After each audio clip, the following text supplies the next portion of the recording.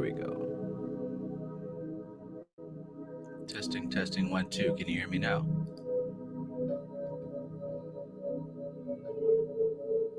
Can you hear me now?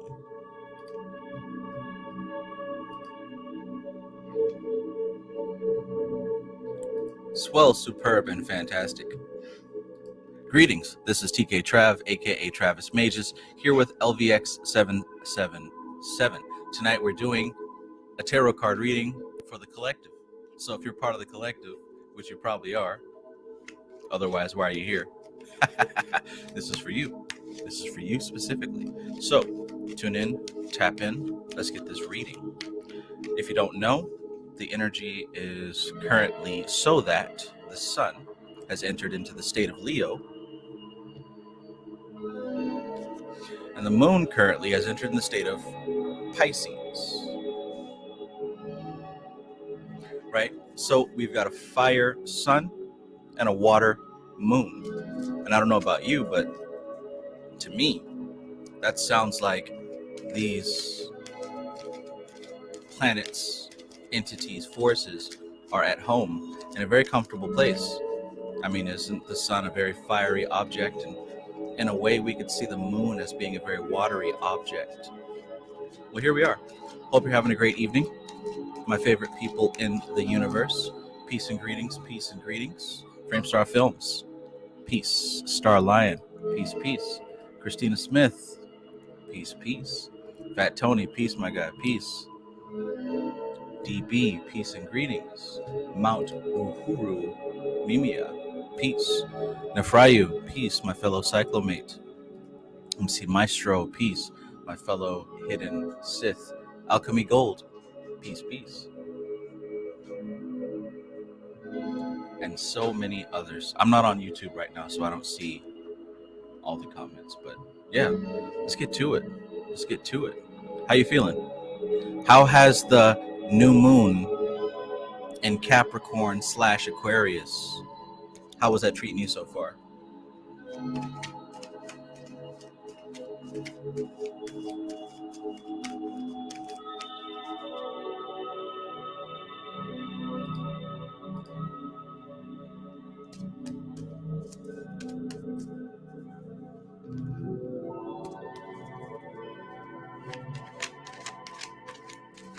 We're getting mixed up, stirred up,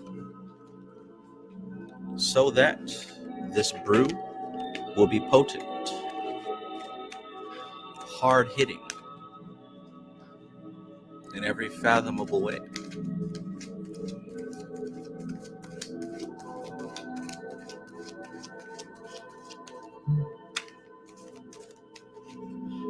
All right.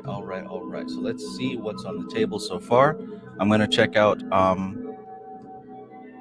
few things first. By the way, like I said, we're doing a collective reading here. This applies to everybody. This is the energy of what's happening right now and what to expect pretty much for the next week or so. If you would like an individual specific reading, you can donate to my Cash App. I'll be providing the link in the chat here, and I'll pin it to the top. So give me just a second to do that, and then we're going to get immediately to the collective reading.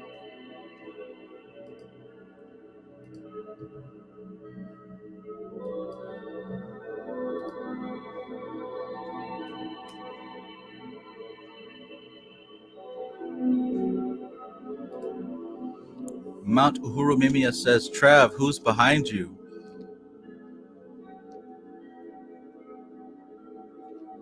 I see a cat.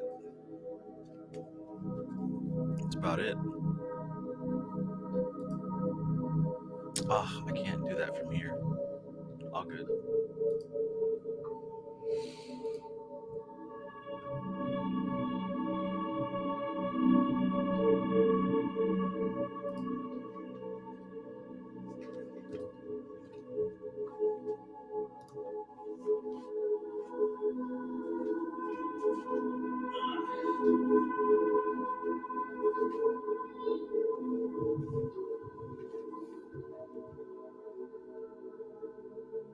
I got a cat behind me.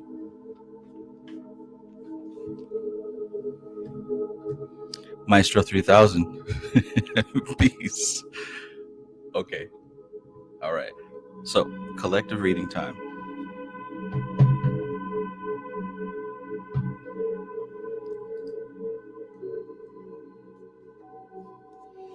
Hey, you knew what time it was. As soon as AI made itself publicly known, everything is up for grabs. Sometimes it's nice to be grabbed, sometimes it's not. Jackrabbit's Occult Esoterica. Peace, peace. All right, all right.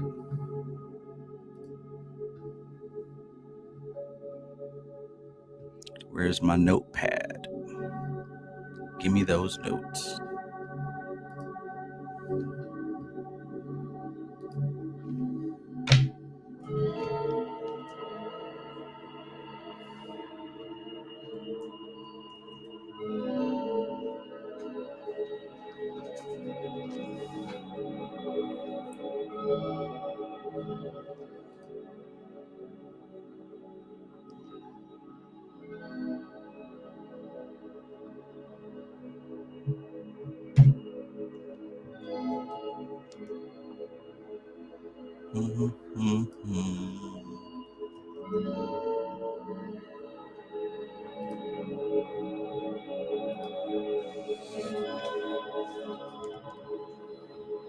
Maestro says stuck at a thunderstorm, in a thunderstorm at work.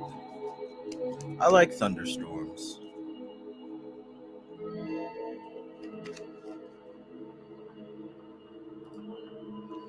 Okay, so let's turn this downward facing camera on and get to work.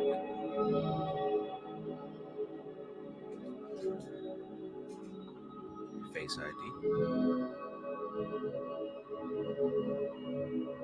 Didn't work.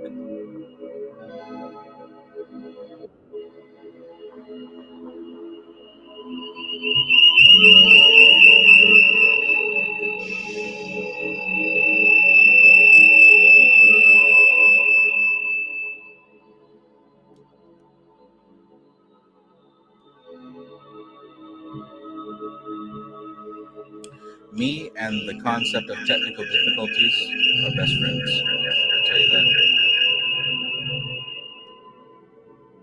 Because don't nobody love me more than technical difficulties.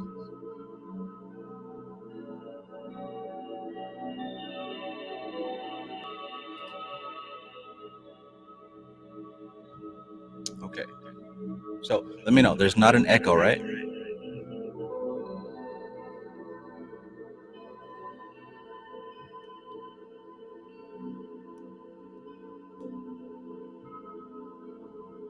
No echo.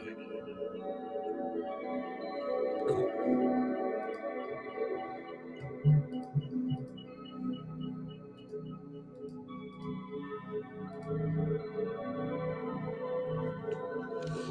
Okay, I see no, I see maybe, perhaps, small.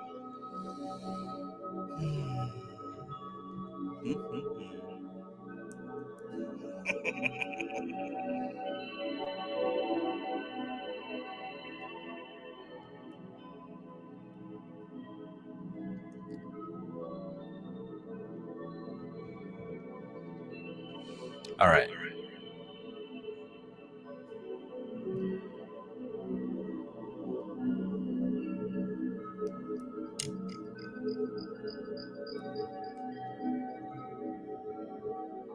We're going to do something different here to get rid of this echo.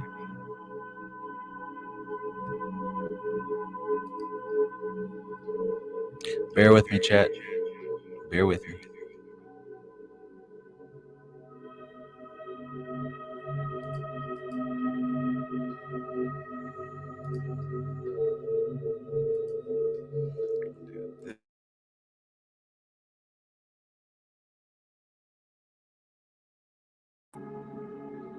Okay. So how about now? Are we good on the audio now? No echo whatsoever?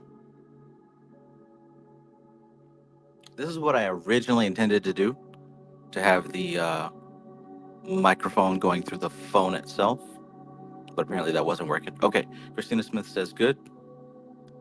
Alchemy Gold says much better. Okay, I like the sound of that. Matthew Watson, peace, peace, my bro. Have you still been harassed by the Peters? I must know.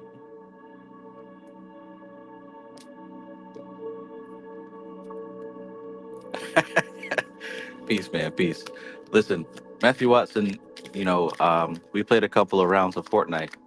It's been a minute, but they recently had Peter Griffin. Not recently, maybe several months ago. Uh oh. No, that won't count. They recently had Peter Griffin as a selectable skin on Fortnite. And whenever I would play with Matthew Watson, he'd talk about how every time a Peter Griffin would appear, he'd give him the most trouble. And I swear to you, every time that we played, when we met Peter Griffins, it was hell. Hell in a cell. Imagine like a squad of 4 Peter Griffins running at you with machine guns and successfully taking you out. I struggle to think of something more obnoxious.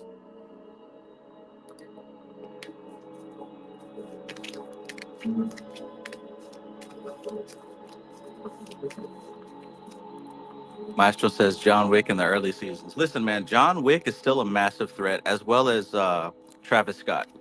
Right? If I see Travis Scott or John Wick, I'm keeping my distance. But if I can catch him slipping, I'm going all in. My entire inventory will be unleashed. If I can catch a Peter Griffin or excuse me, if I catch a John Wick or a Travis Scott slipping, that is extremely rewarding to me. I'll tell you that.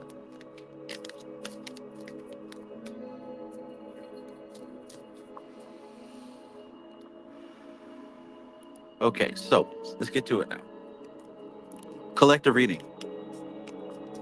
For those of you who are present to witness and who are a part of this collective energy, let's begin. Sun in Leo, Moon in Pisces, Mars doing some very exciting things in Gemini,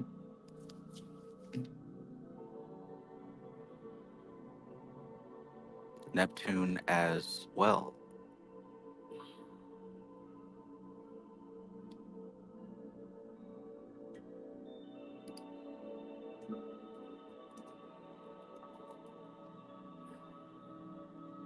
Thank you, Framestar. I got you on third. So let's begin with this collective reading. Ace of Swords. Ace of Swords. Lots of new ideas coming through. Oh, an old friend. An old friend. The mighty Knight of Wands appears once again. And how fitting. And look at the similarities of these 2 cards right here. I'm seeing similarities. And what I'm hearing in a loud, resounding voice, bellowing through the chambers, is that it's your time. It is your time. It is your time. Whatever you got going on, now is the time to do it. Now is the time to do it. So let's start. Let's start with the first 3. J. Bald Hail, peace, peace. Let's start with the first 3. So it seems that we find ourselves collectively in a season that is fruitful, very fruitful in the realm of thought. There's a lot of new ideas and there's a lot of potential for new concepts to breach into the forefront of the conscious mind. The subconscious mind is full of new ideas, full of creativity, full of all sorts of things that can help us to make our lives better, for sure. However, right now, it seems like there has been a pathway created for these ideas to make their way to the surface. And that's all well and good. But when it comes to ideas, everybody has them. Do you specifically, talking to you, do you have an outlet? Do you have a way to make these ideas a reality? Do you have the means to solidify these ideas, to concrete, to bring them down into manifest objective reality?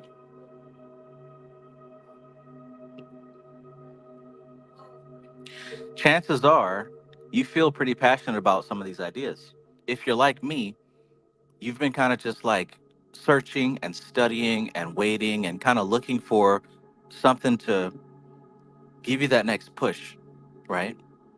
And it seems like many of these ideas right now are very inspirational to you and giving you that extra push to actually get you to align yourself so that these ideas can be manifested. A lot of good ideas on the table, a lot of energy behind those ideas. That's where we are. Now, the 10 of Pentacles is one of the most auspicious cards in the deck. Love this card in a reading because it shows that the end result of this working is going to be not just what we expected, but above and beyond, right? Above and beyond. What does above and beyond mean? When I see this card and I'm thinking above and beyond, what I'm thinking is enough to not only satisfy us now, but to fill our plates for tomorrow. That's what I think of when I see the 10 of Pentacles. Now, astrologically speaking, this is Mercury in Virgo. Those two go together so well because Mercury rules Virgo. Virgo is very analytical. Virgo pays attention to the details.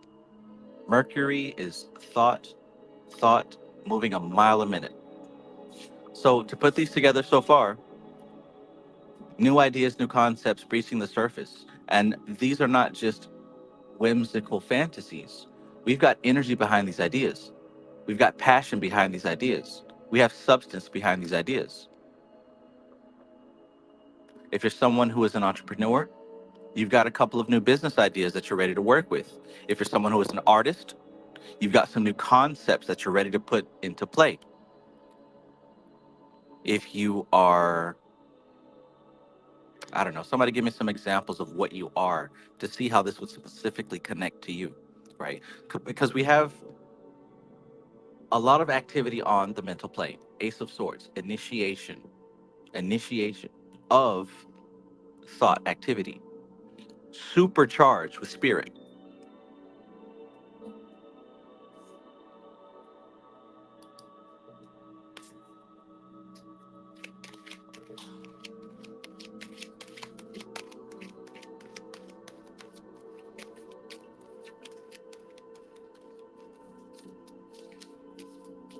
Maestro 3000 says, Travis, thanks for sharing. Would you share your thoughts about tomorrow's beginning in the Mayan calendar? Kawaki year, they call it the storm is coming. Good, right? Good. Because as Maestro said, it was a thunderstorm where he is. And I said, I love thunderstorms. Let it happen, right? Let it happen. Let the rain drop. Let the lightning strike. Let the hail be flung around. Let windows be broken. Because if that's what Prakriti deems necessary right now, that's what time it is. I got my rain boots, raincoat, umbrella, and I'm not going outside. So I ain't got nothing to worry about. What's your position in this storm? What's your position in this storm?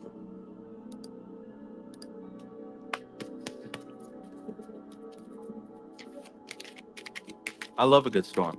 Honestly, like that's one of the best times to meditate. But I mean, I'm kind of biased because I do most I do some of my most profound meditations in the shower.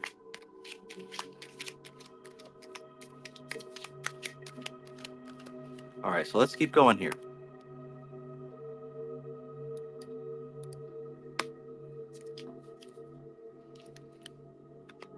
The initiation of new ideas, supercharged with spiritual energy, and these ideas are pointing to a future outcome that you want. We all have different end games that we're looking forward to. Some of us want to retire in Florida and enjoy the Gators and the Gulf. Some of us want to go overseas. Some of us want to own a business and just help the world or have something to pass down to our children. All of us have an end game. And what it seems like is that you have new ideas that are coming through that are pointing to your end game. And that might be the reason that it energizes you and charges you with the motivation to do this. We're in Leo season. And as I said in the last reading, this is the time to get up off your ass and actually do those things that you said you're going to do. Now's the time for that. You had some forgiveness and some leniency last month because it was Cancer season. And, a lot of us were kind of just building ourselves back up for this. Well, this is here. This is here. Let's keep going. Message. Message. That's the key word of this card. Message. Something's coming through. Something's breaking through. And I'm going to go ahead and say it has something to do with this. Something is on its way to you. Now, if we're talking about something being on its way, we're talking about the masculine energy of fire, seed, and look what it leads to: the pregnancy, the empress, right? Imagine being pregnant with an idea that's so great that it feeds you and everyone connected to you. Everybody eats. Mama makes sure that everybody is well fed. This is something big, especially for my creatives, especially for those of you who are creators, for my creatives, for those of you who produce things to be consumed by others. This is big. This might be the idea that you've been waiting on, that you've been working on, that you've been manifesting.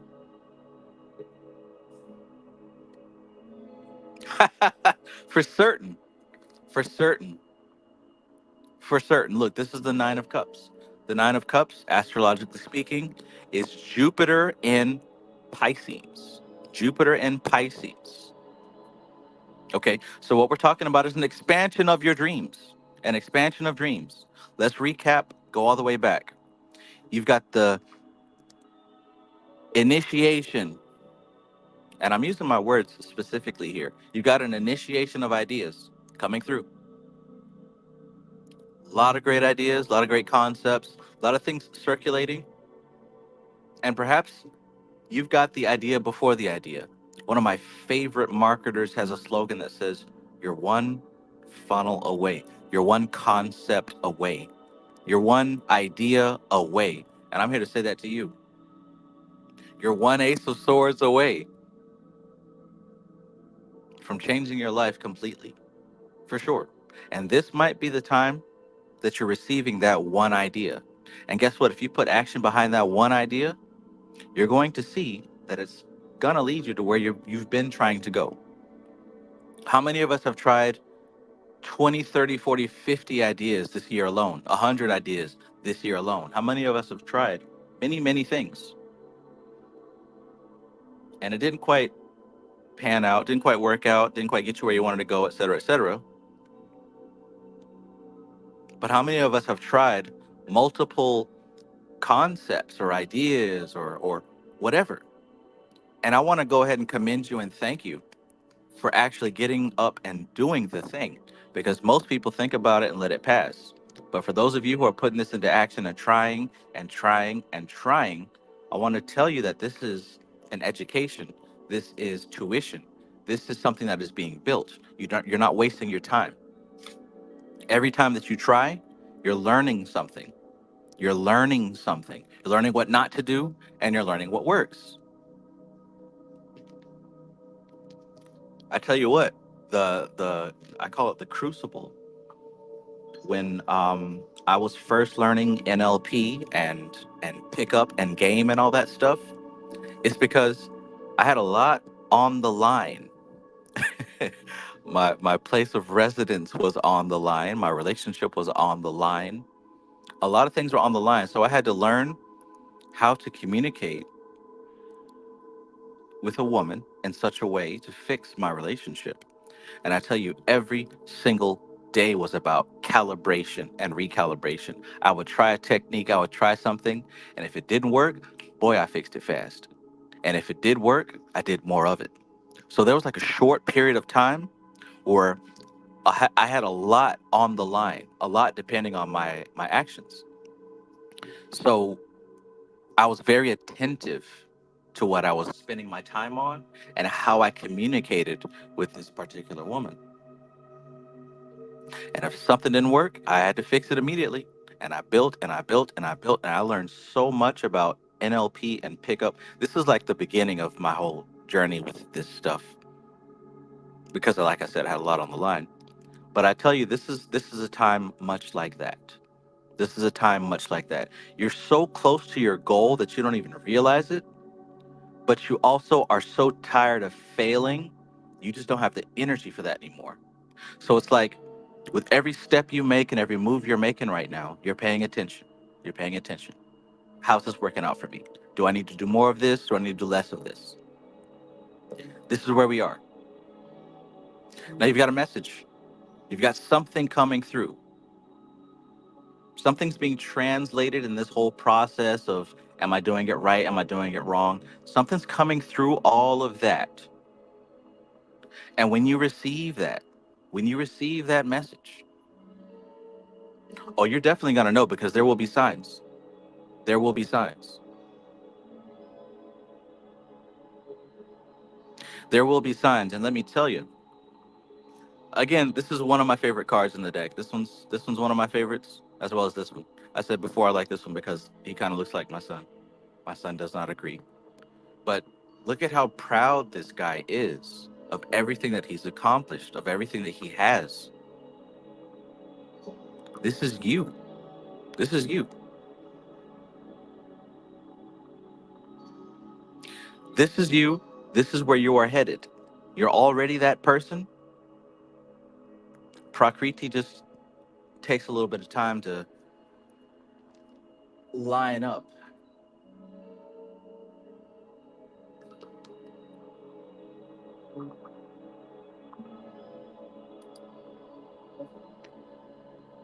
For sure, for sure. So let me know if anybody's feeling this so far. And when I say feeling this, I don't mean like does this make you feel good. Let me know if you have signs in your life right now that are pointing to this. Let me know if you're having some breakthrough ideas. Let me know if you're being energized, if you're feeling some passion behind some of these ideas. Let me know if these ideas that you're having are lining up towards the future that you're expecting, this outcome. Let me know if you've received a message that's impregnated your consciousness with something great, right? Let me know if you're expecting something. Let me know if this applies to you.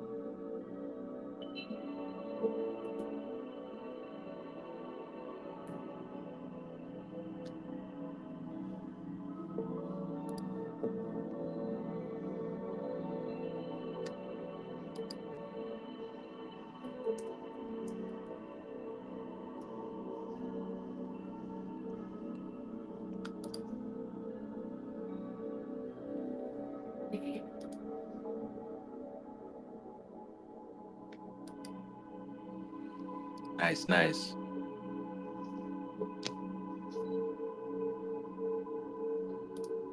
Art says Mercury is going into Virgo tomorrow and retrograding back into Leo to revisit Leo things. Very powerful in Virgo. Cool, cool. Thank you for that. Virgo is Mercury is retrograding back into Leo. Look into that. Patchwork, peace, peace, peace and greetings. Omnia Arlandria, peace.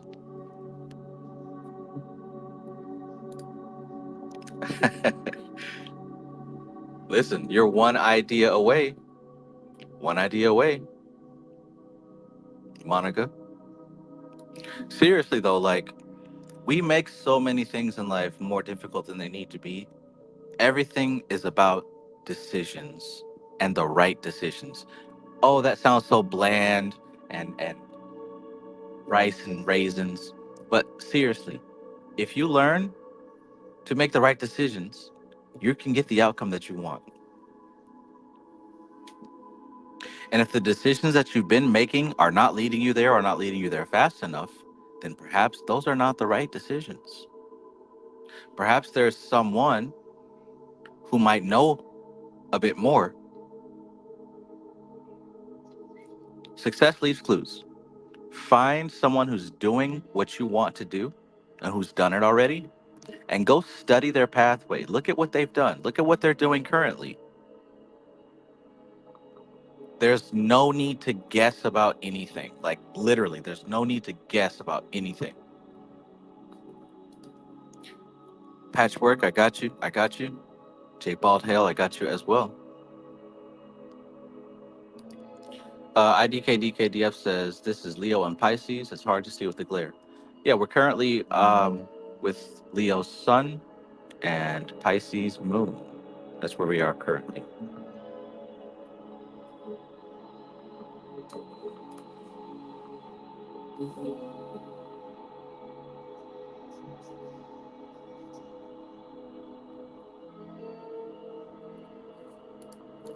Jagayo, peace, peace. Very good to see you. I hope you're doing well. Hope you're doing well. Hell, speaking of artists, check out Jagayo. If you're still here in the chat, post a link to your account or some of the things that you have going on. I think that a lot of people would be blessed to see some of your work or to request some of your work, for sure.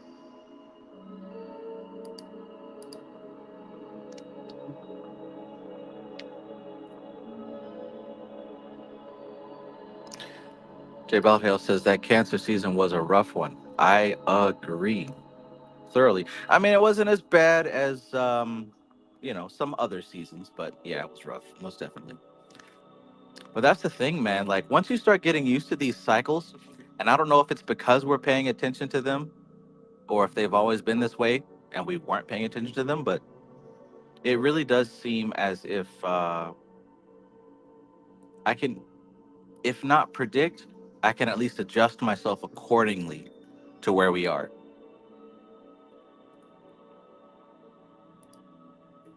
And Friday says, all I've been doing the past week is analyzing my behaviors and aligning them with my goals. So a lot of this connects with that work. Yes, sir. Yes, sir.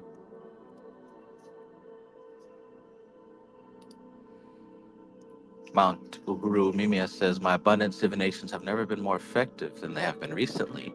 This makes total sense. I'm happy to hear that. Happy to hear that. Kay Harris says, just completed my first 100 hours of hypnotherapy training, practicing NLP techniques currently. Fantastic. Fantastic. Keep with it. Keep with it. I'm proud of you. That's a lot of hours. That's a lot of hours. That's great. Keep with it. Because there's no better way to learn this particular science than from actually doing it. So that's awesome for you. That's awesome.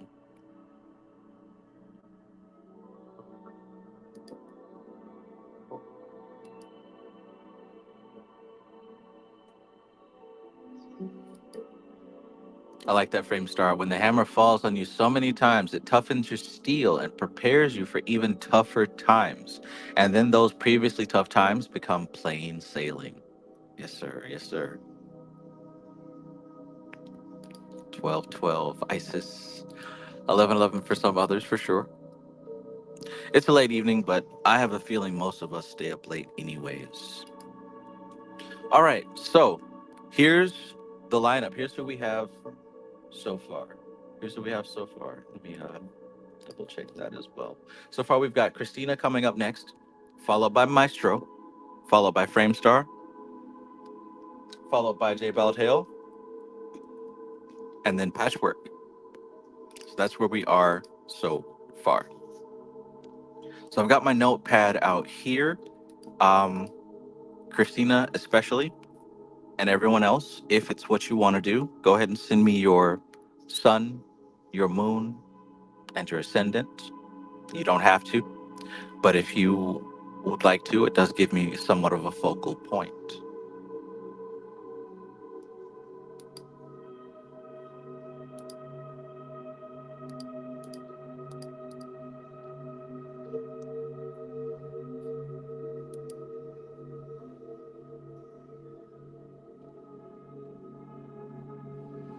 Somewhat of a focal point. All right, so we're gonna start with Christina. Christina, if you could just send me your sun, your moon, and your rising, and let me know if this is general for you, general question, or if this is gonna be something specific.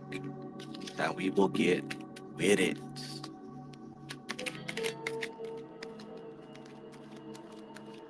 Are you a bird? Oh, it's a drone. Ah, it's all right there. All right, so general. Let's shuffle these things up. And I will be your oracle for the evening, translating data from the other side. Translating data from the other side. Three-eyed nomad, peace and greetings.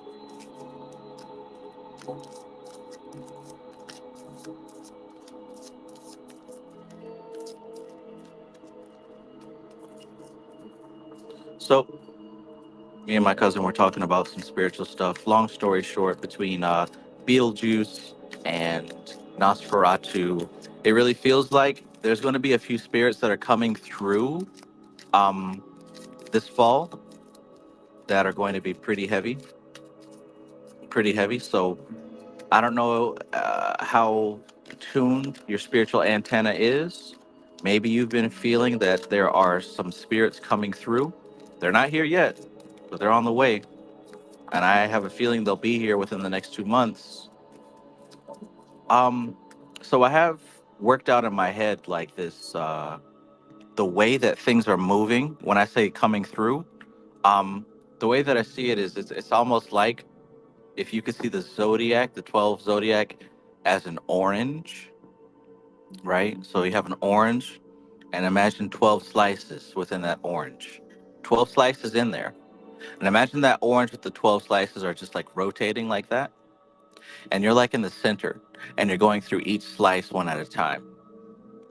Um, Working with spirits, from my experience at least, is that these spirits come through as a cloud of potential.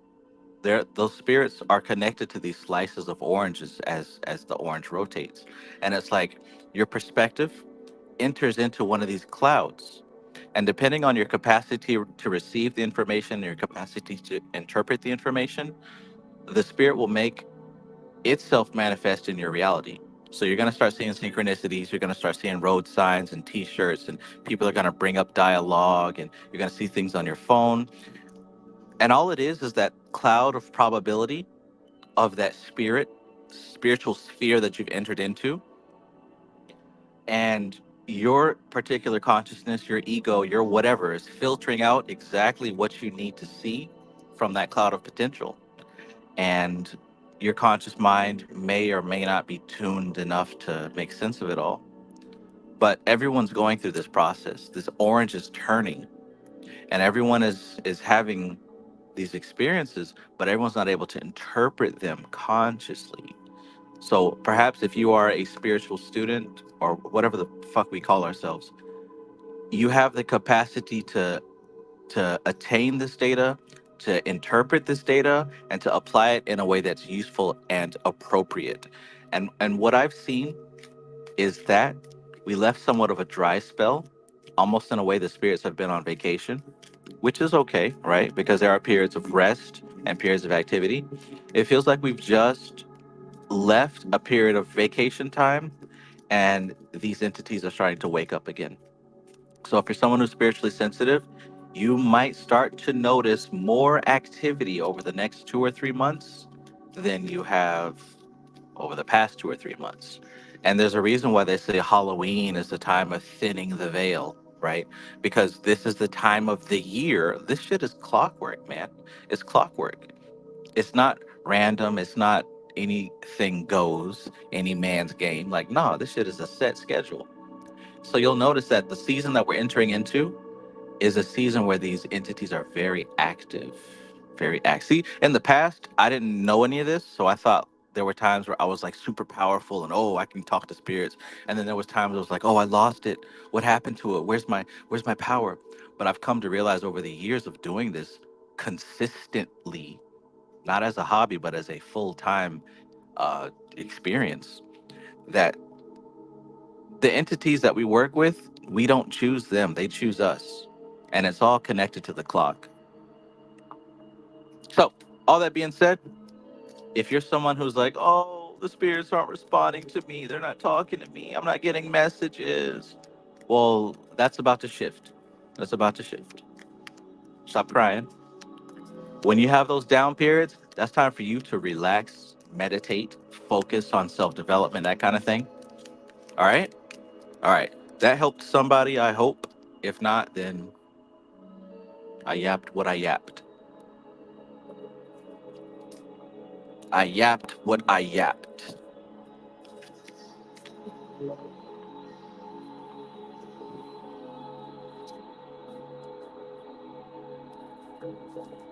And in the words of the great Rackham Willie, give me one of them hot dogs.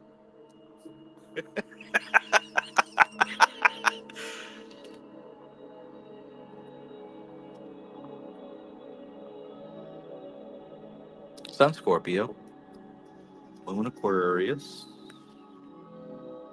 Rising Sagittarius. All right, that's a nice little combination we got here. Showing them who was the high now. Pimp, nasty, funky pimp, and stanky chicken. Willie James, better known as Allah Rakbar.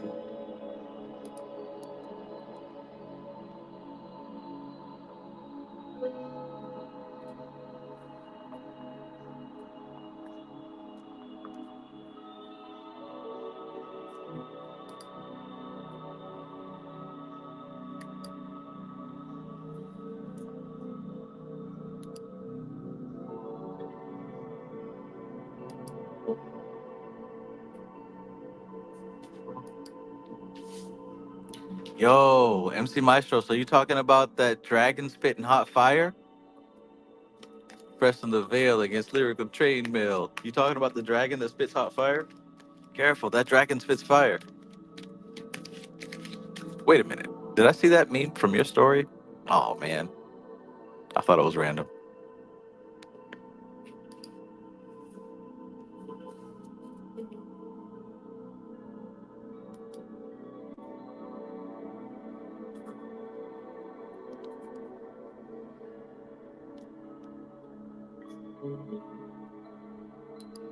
Okay, all right.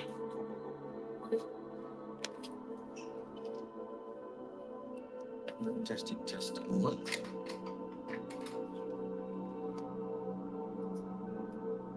All right, give me just 2 seconds, and then we will start. Christina, you're up first.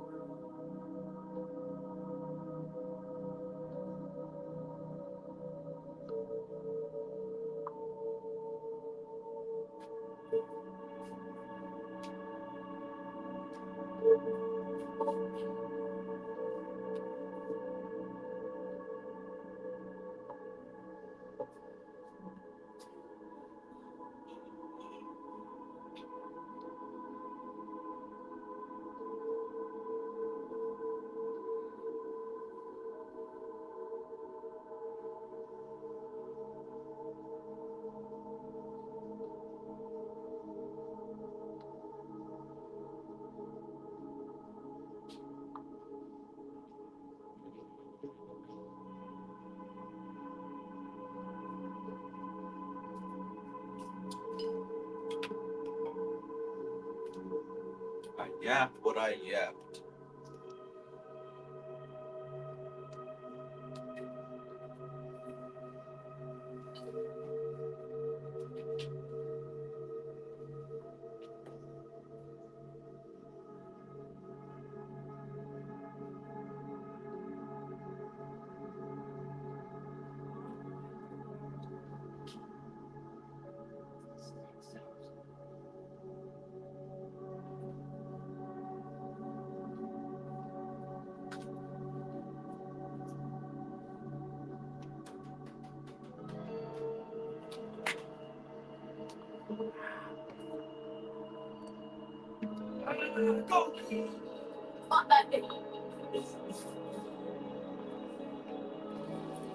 Timon, Timon, peace, peace.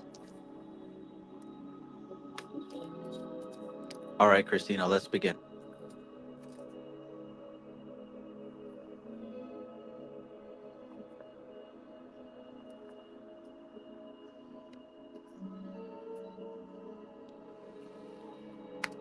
Hmm.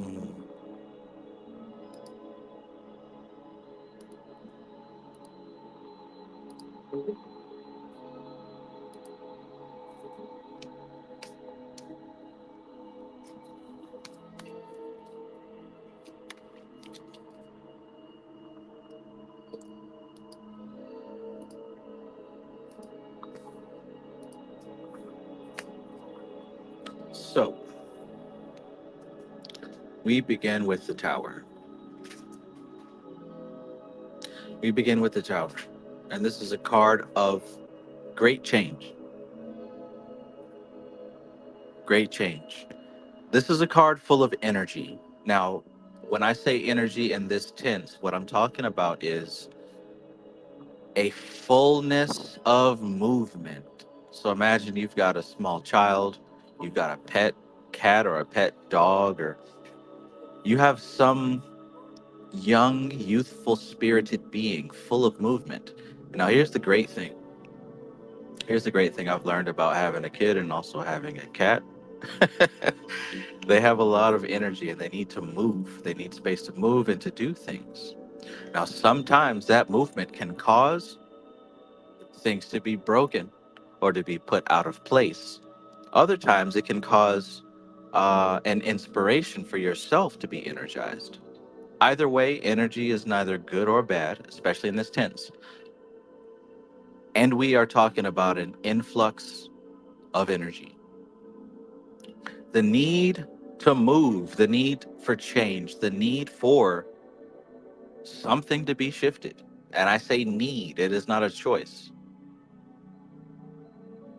Lightning has been a theme for the night so far. The Hierophant, structure. Structure. There's some sort of ordered pathway.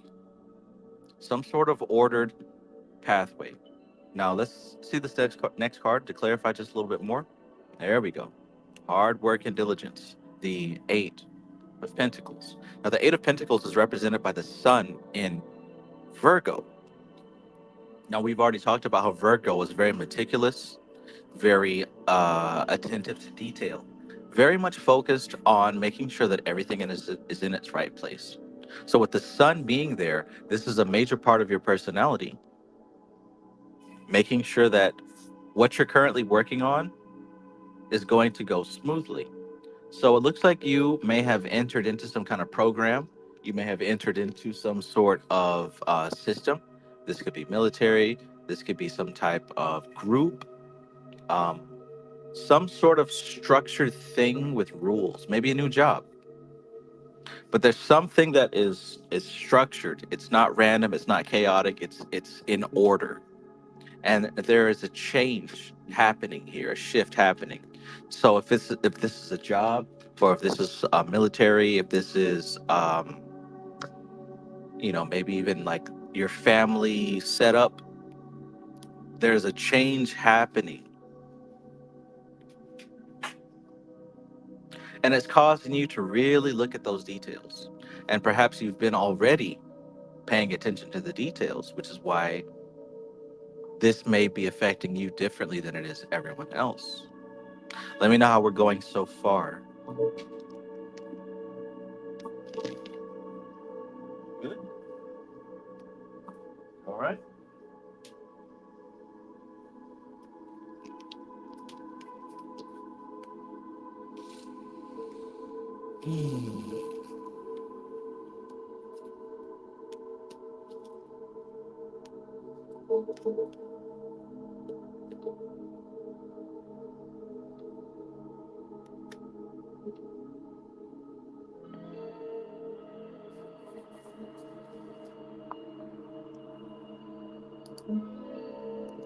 So,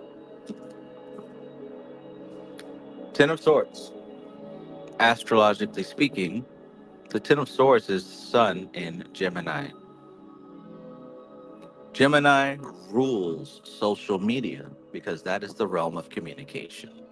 However, as we know, social media is a place that not only do you communicate, but you can also find yourself spread thin. Spread thin. Because there's so many different places to go and people to see and things to do. You'll find that the energy that you have, while it may be very potent when placed in one direction, when it is scattered and diffused in many directions, you can start to get the feeling that you are exhausted.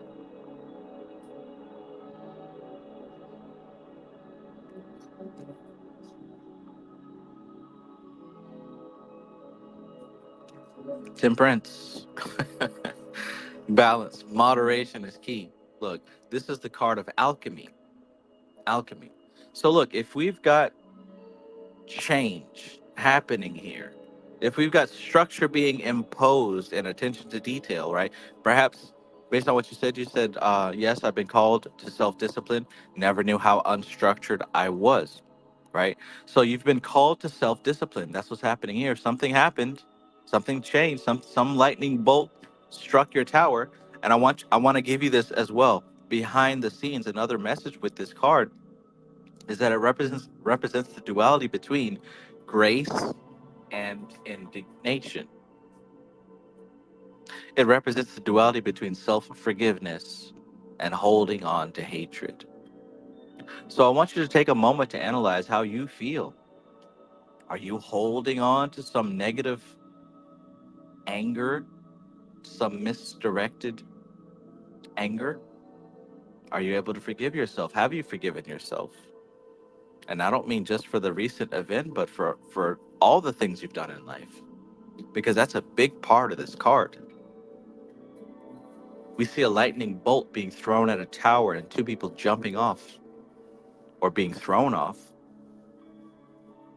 but taking a very holistic approach. Who threw that lightning bolt? It was you.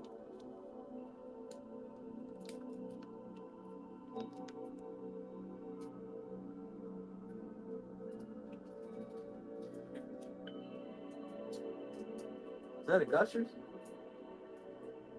That was the last one? This boy gonna eat my last Gushers. I can't believe it.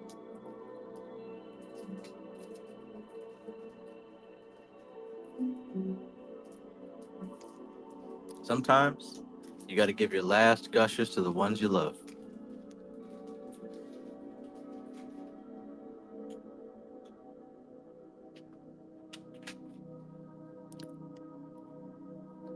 He's gonna eat it right in front of me too, huh? Gotta love it. Okay, so this final card here, the devil. The devil. So look, I'll keep it real with you, Christina. There's a very real risk here. Um, this isn't easy. This is something new for you. This is something different. And when I say very real risk, what I mean is that there is a potential for you to not pass this test. Now, if you ask me, I believe in you and I think that you can pass this test. I think you can pass this test. I think you will pass this test. But what makes this thing all the more real is the fact that the temptation is strong The temptation is strong. Now, I want you to take everything in your power to focus on what you know you're supposed to do.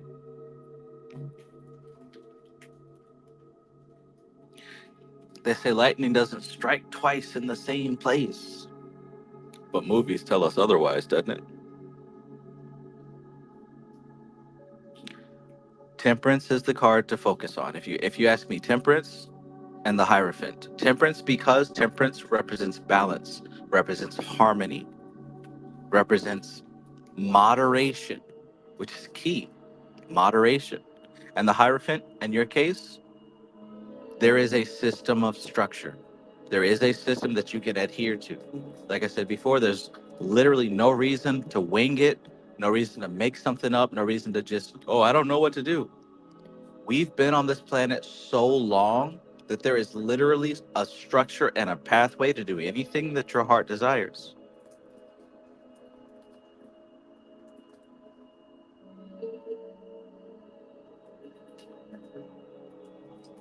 Let me know how you feel about that.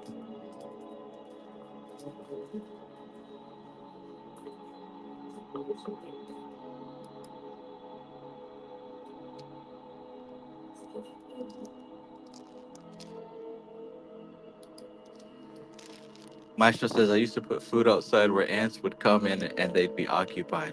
You know, that's actually a pretty interesting strategy, right? That's almost like an offering to keep the evil spirits away, just like how they used to do for their crops. Afro Ninja, peace. Afro Ninja says, imagine smoking with him. Who? Me or my son?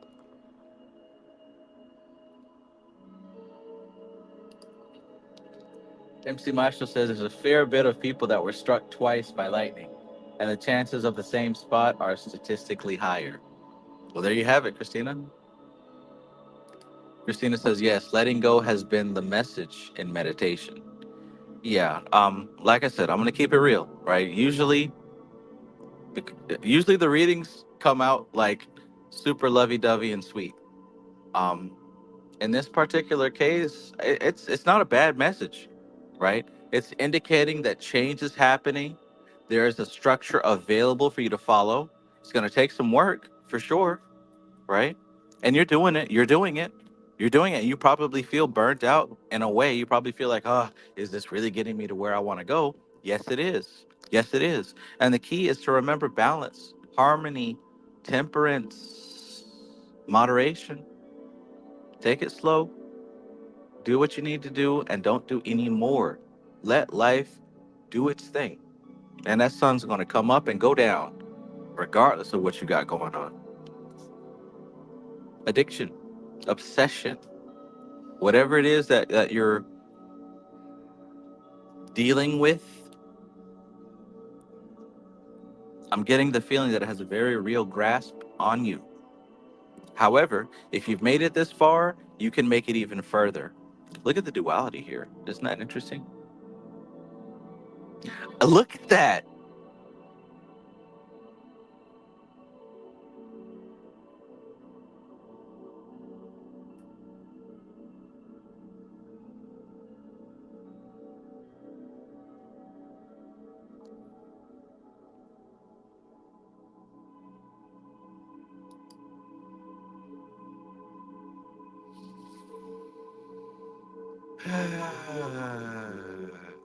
Okay, Christina. So let me know if you got a message. Let me know if that sheds some light on what you're dealing with, if that helps you in any way.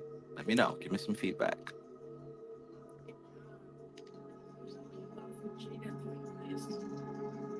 Who? Vegeta? Oh, well, I mean, I have that emote, so.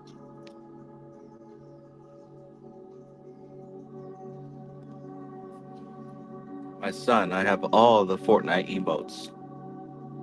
There's nothing new. Nothing new under the sun. Mystico, peace, peace. All right, all right. If I could really just like break that down into extremely simple terms, You have the answer in front of you. It's just whether or not you're going to be disciplined enough to take it up, basically. Whatever it is that you're looking for, you've got it. It's just whether or not you're going to take it.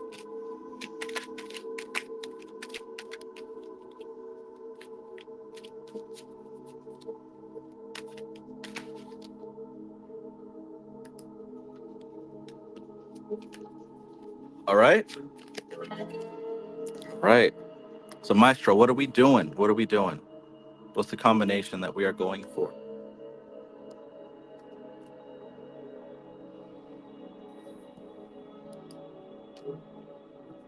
Thank you, Jay Baltail.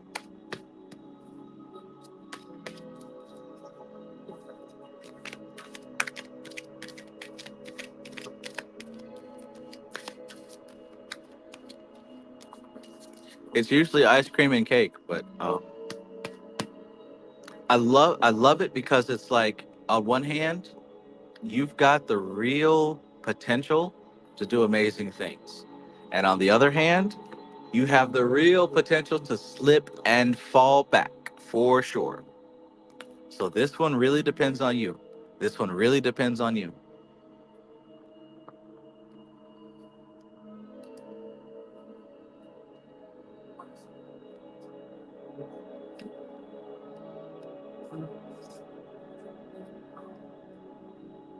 Oh, I found a new way to organize my cards.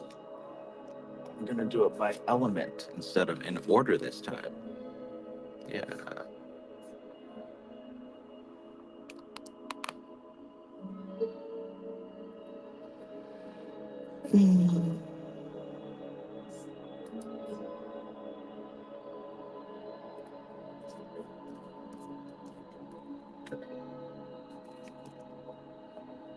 You got all. Nope. Never mind. You don't. I was gonna say all four elements, but air seems to be vacant.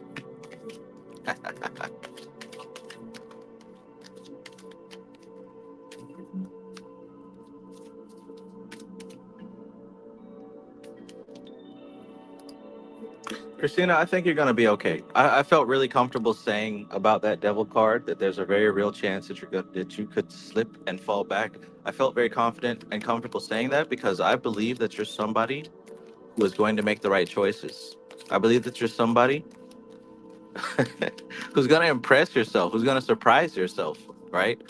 So, I mean, I don't mind saying that the threat is real because I don't speak in fear language. I don't speak in fear language. So that's why, like, I can say to you, yeah, if you don't do the right thing, you're going to find yourself back in the same problems as before. But I know that you are somebody who's going to make the right choices.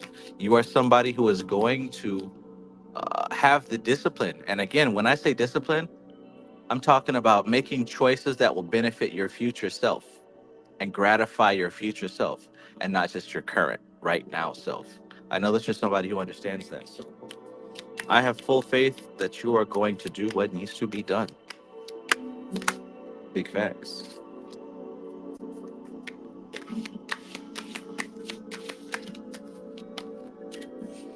All right. Ooh, the devil. So let's see. Maestro, General,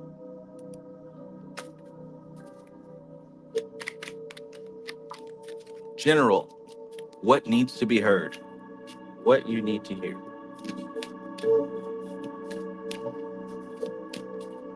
Oh wow. Oh wow. What a day.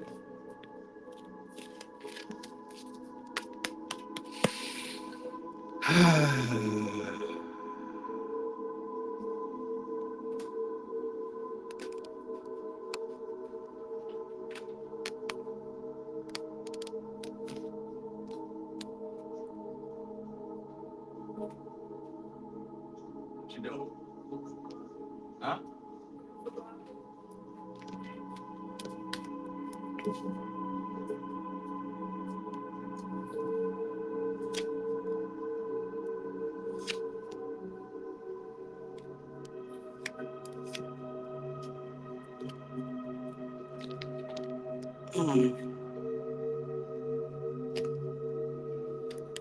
Six of Cups.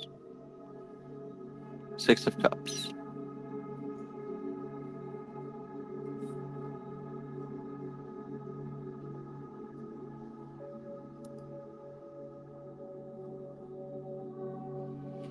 All right. Maestro says got to go. So I'm going to summarize this as best I can. Queen of Swords. Four of Swords.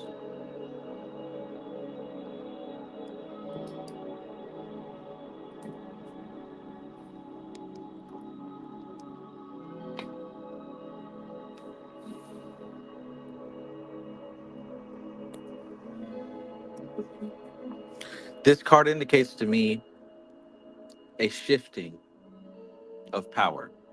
A shifting of power. So it seems like what we're dealing with is someone in a position of authority, someone in a position of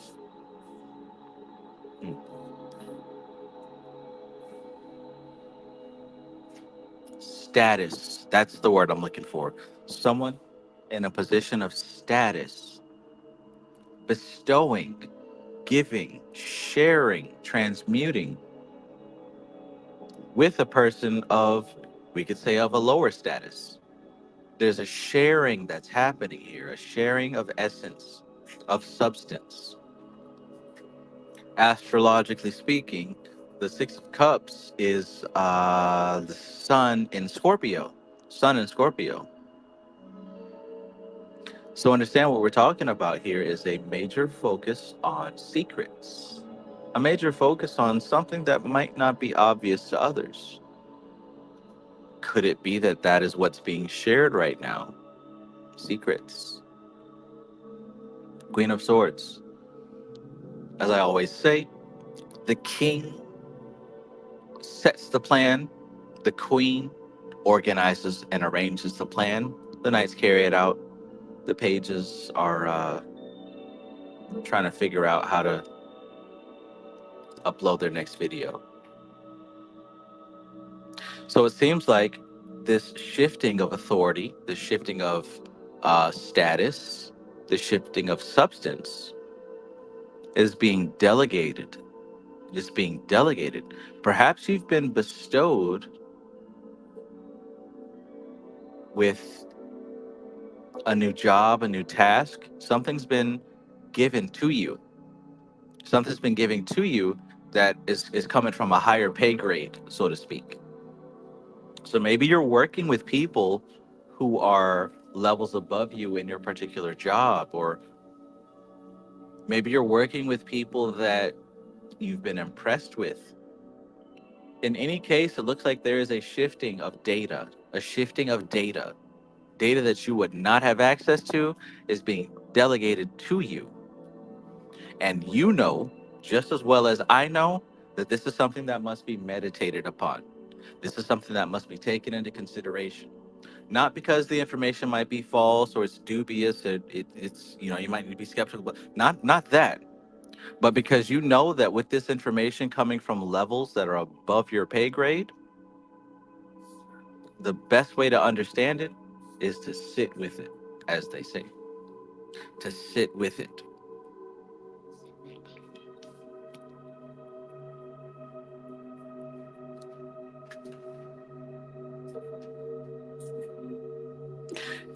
Now, the Four of Swords is represented astrologically by Jupiter in Libra. Jupiter in Libra.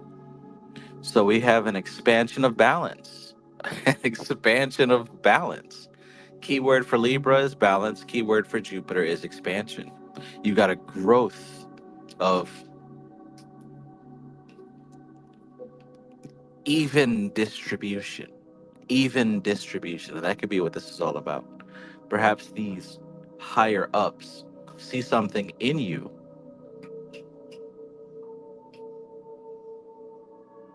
Maybe this is some type of apprenticeship, something of that nature.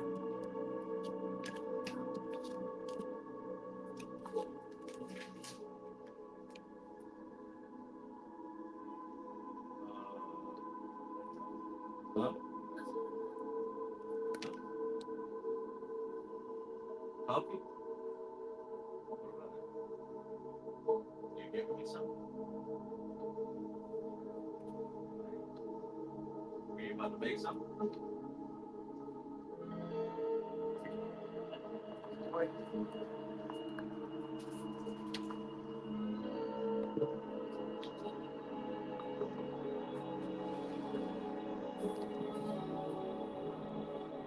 Lord, it's children.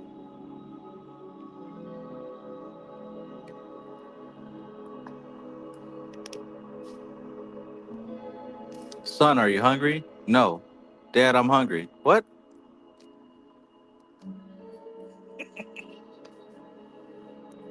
Anyways, let's continue.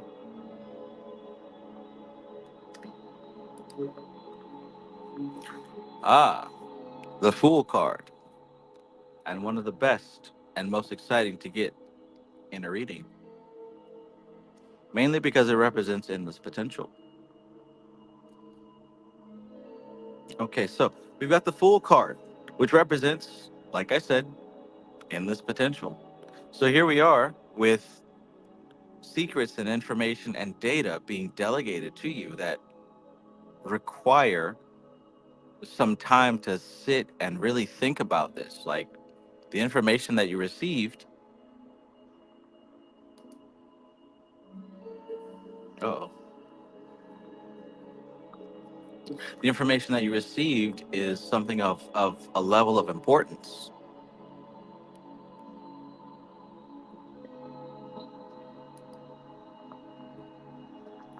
So dealing with the Fool card, it's really any man's game for you at this point, as far as what you decide to do with this information. I think that you can imagine different avenues that you could take, some for better, some for worse. But be not deceived. Be not deceived. When we think about the deception of the moon,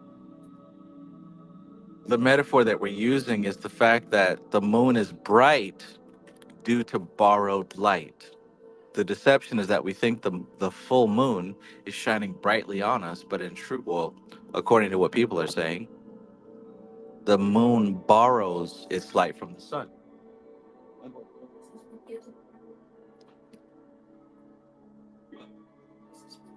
You just put it in. You didn't just put that in. All right.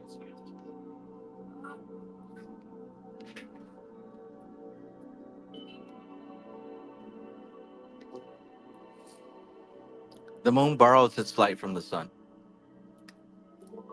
So the deception is that, okay, so let's put it together here. And I see the moon here as well. The moon borrows its light from the sun. Earlier, we talked about this exchange of higher to lower. Perhaps the deception could be in a realm of ego and shadow work that may still need to be done. Maybe understand that the status or the accolades or the place that you are is due to the influence of someone else, and maybe not take this so personally, ego wise. You get what I'm saying?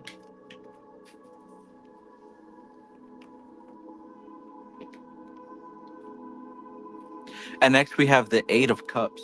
The Eight of Cups, astrologically speaking, is Jupiter, excuse me, Saturn in Pisces. Jupiter was the Nine of Cups. So the Eight of Cups is Saturn in Pisces. So now we're, instead of expansion of dreams, we're talking about the restriction of dreams. We're talking about the closing off of dreams. This bestowing of information may come with a consequence. It may come with a consequence of closing off other options. There are some things that once you know, you cannot go backwards. You cannot turn back. This might be one of those instances. I'd suggest that you take care to analyze and decide whether or not this is the direction that you want to go. Not that something is bad or something is good, as you know, but this is one of those instances where once you're in, you're in. Once you're in, you're in.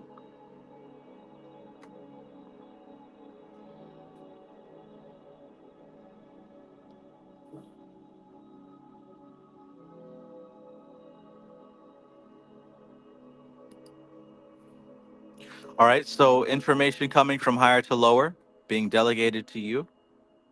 Take some time to meditate on that information because really it's any man's game. You can do what you want with this. You could take this and, you know, make something for yourself, or you could follow suit with the path you're given. It's really whatever you want to do with it. However, don't be deceived. Don't let your ego get inflated. That's what this card is really saying here. Don't let your ego get inflated, right? Keep responsibly humble and understand that from this point forward, from this point forward, the choices that you're making in regards to this may close off other choices, right? May close off other choices. So be very mindful of the position that you're in right now,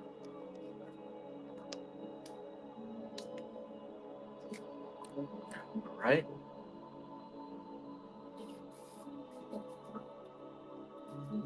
And I'll do one more. I'll do one more. Judgment. Judgment. It's a big deal. It's a big deal. We're talking about spiritual fire. Fire. Judgment, resurrection. And when I say fire, I'm talking about the phoenix. This is a rebirth of sorts. And naturally so, right? If any of you, if you're thinking about the field of work that you're in, the social field that you're in, if someone from a higher level were to come to you and introduce you and initiate you to their level, that's going to change everything, right? So we're dealing with a rebirth on a new level, which ain't nothing new for an Aries, right? We're talking about a rebirth socially, status wise, economically.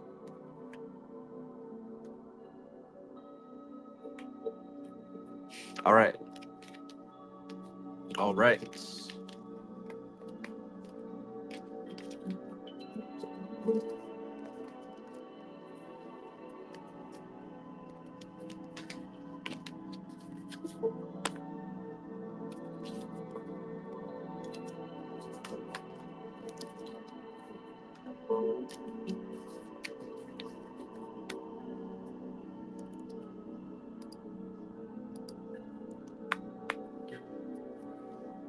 So perhaps something's on the way. Perhaps something's on the way. Are you okay? So I'll put it like this: in your vicinity, are you communicating with any people of a higher degree or any people of a higher status? Like, think about it though. Do you have any people of a higher status in your atmosphere?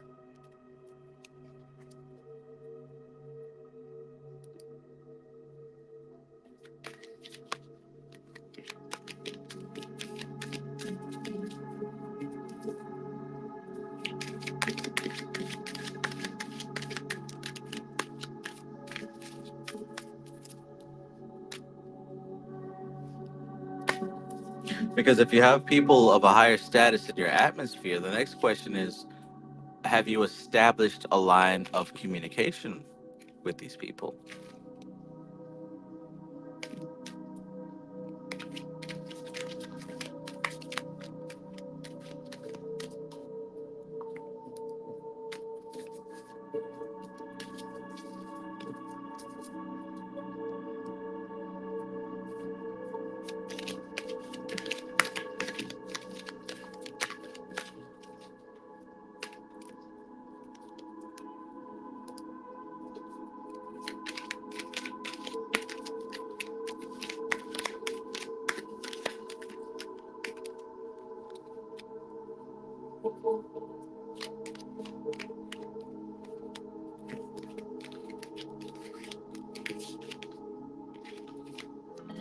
And if it doesn't apply to work, could it apply to your social life? Could it apply to your love life? Could it apply to some other quadrant of where you spend your time and focused energy?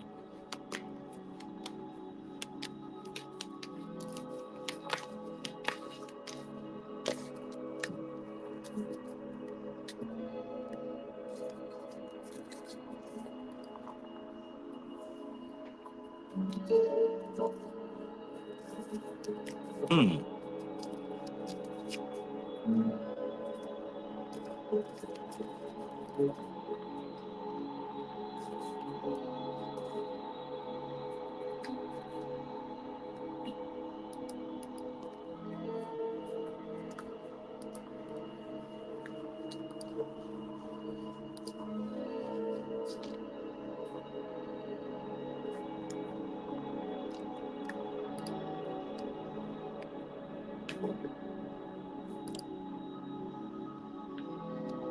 Alone phase in life right now.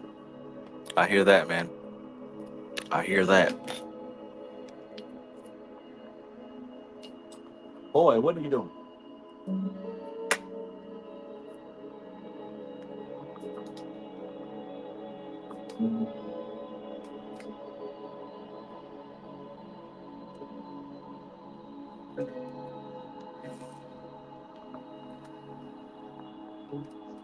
All right, so let's see.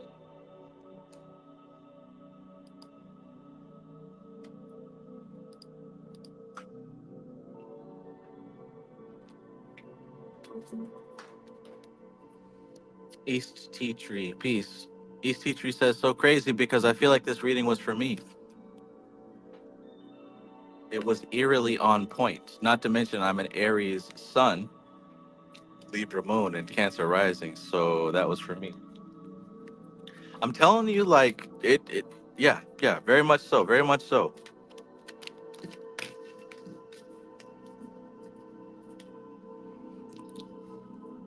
Gotta understand how energy works, right? None of us are alone, really. None of us are individual, really. Like all of us are part of different collective groups. Okay, this is one collective group that you all are a part of. It's not a group that I created, but it is definitely a group that I have access to. And there are other groups that you're a part of that I'm not a part of, and other people that you're friends with are not part of. We're all part of different collective groups, and these groups, like I said before, and in this live stream, the energy manifests itself in our lives in whatever way that we have the capacity to receive, right? So if I'm in a spiritual group of people who love beef, we're going to have experiences with beef that are very similar, right? We're all going to get a McDonald's double quarter pounder with cheese on the same day. And we're going to be like, wow, you had one too? Yeah, I had one too. That's crazy. Wow, that's so crazy. But like we're part of a spiritual group, right? This is what we're talking about, this group soul. You're not part of just one group soul. Your body is like a metropolitan city. You have different citizens within your body, and each one of those citizens are likely to be part of different groups.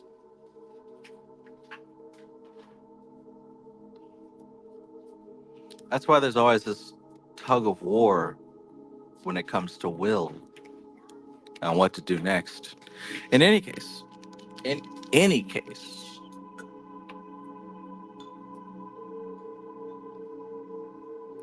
Framestar Films, you are up next. Framestar, let me know if you're here.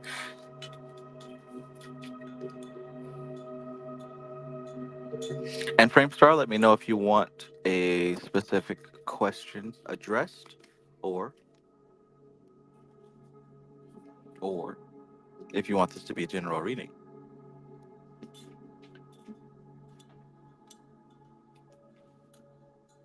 Which one did you get? Cinnamon? Is that the pumpkin spice flavor? Yeah. Pumpkin spice and cinnamon go great together.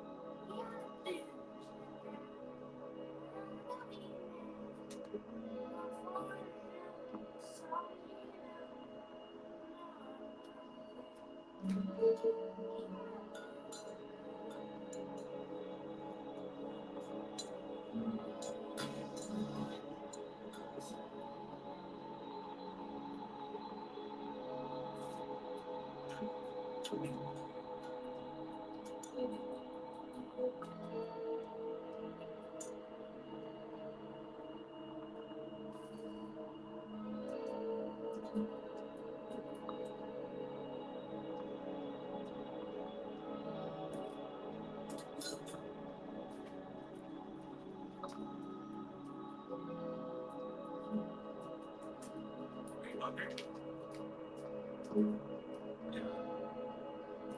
Got some leftovers, don't you?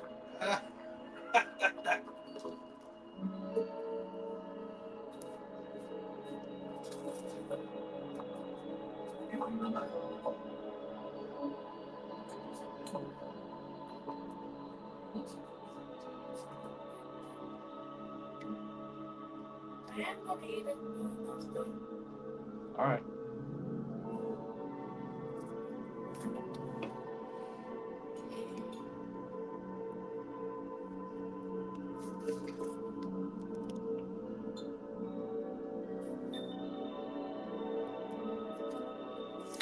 Okay. All right.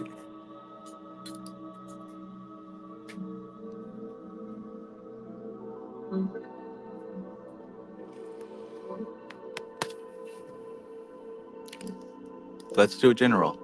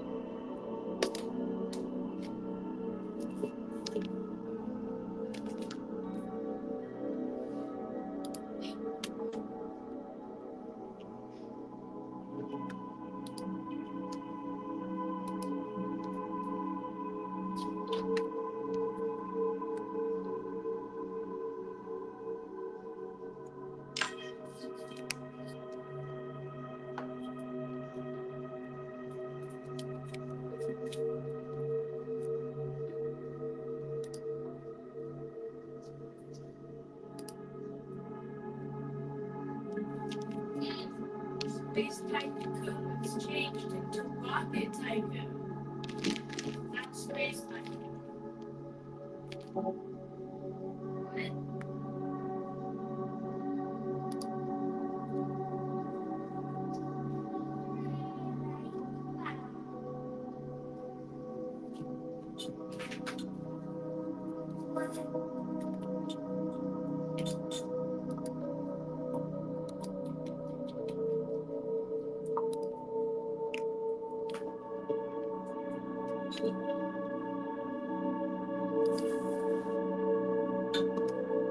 All right. So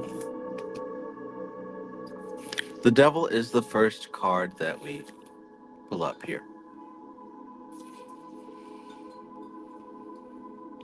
The devil also representing Capricorn, but mostly representing attachment attachment that siphons attention and awareness from those activities that lead one closer to spirit.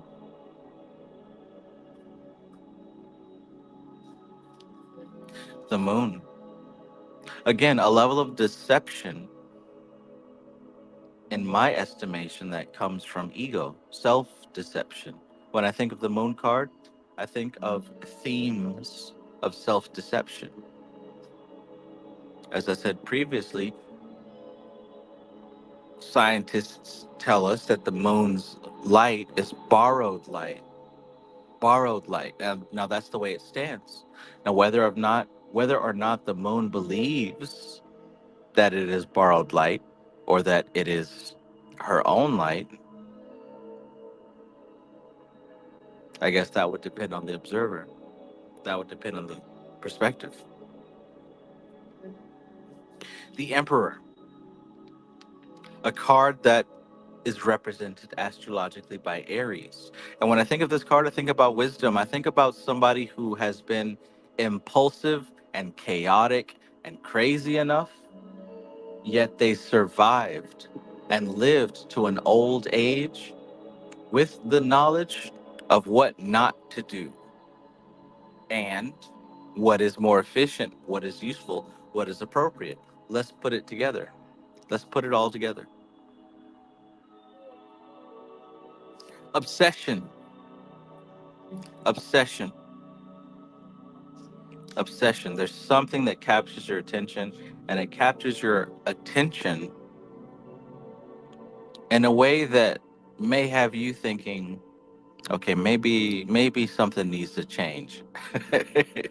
Maybe we need to adjust, right? Thank you, Alchemy Gold 111. Obsession, right? And right next to it is a form of self delusion, self deception.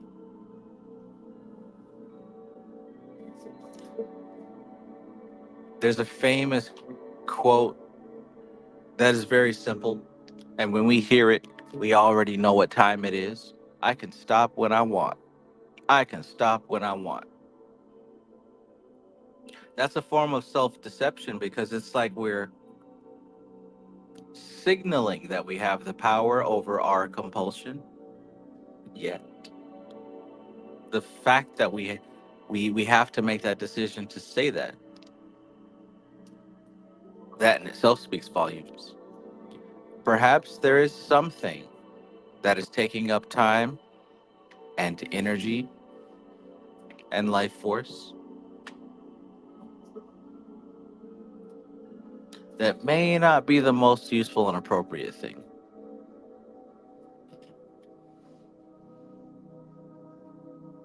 And perhaps we're taking it lightly, maybe a little too lightly.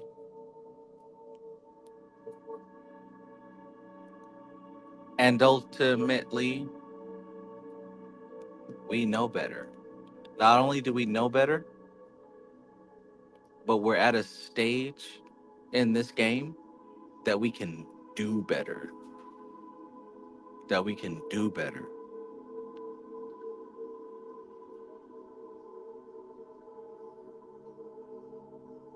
Not only do we know better, but now we can do. Let me tell you something, man. Like, when it comes to these things, when you're young, like you're actually helpless and stupid. Like, just period. You're just helpless and stupid. You're doing what the fuck ever. And if you survive, maybe in that next phase of life, you might still be engaging in certain things and maybe thinking to yourself, maybe I shouldn't. But then you get older again and you're like, all right, so I've been through this. I've seen every dimension of it, left, right, front, and center. It's fun. I like it, but I don't like the end result. I don't like what happens afterwards. And then there's a stage in life where it's like, I could do it. And even if I did do it, it's not as fun as it was. and the price is more than it's worth, right? And then you do it, and then it's like, okay, we did it, and then it was all right, but the price is more than it's worth. Like the heavy head, the heavy feeling of understanding that there are certain things left alone that are better that way.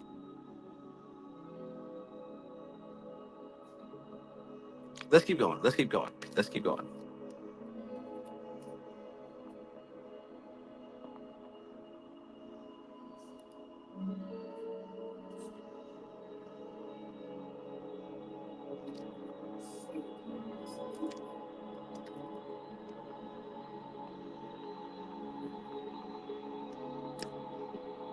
Seems a bit of a theme so far.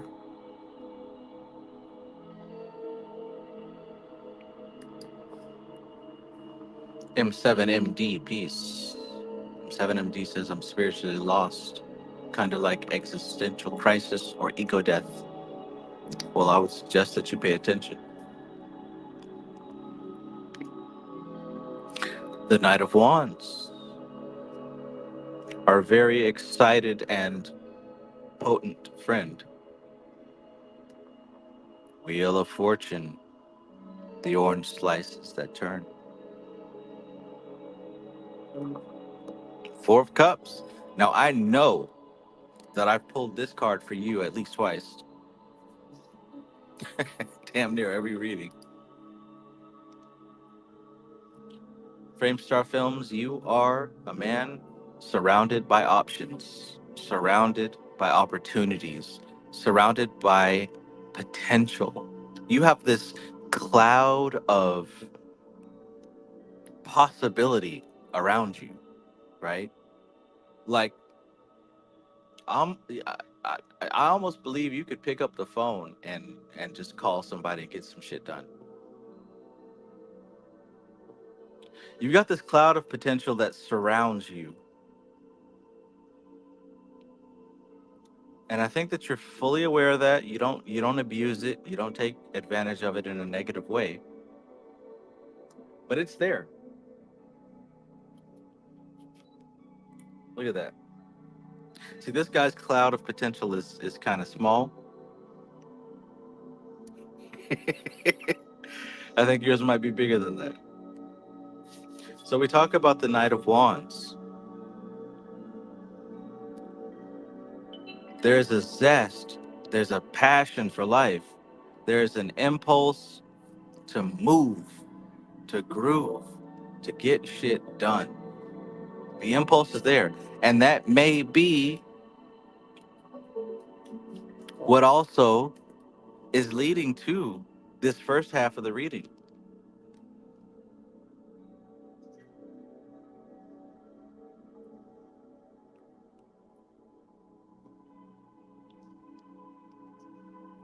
And there's a knowledge that the tables turn. There's a knowledge that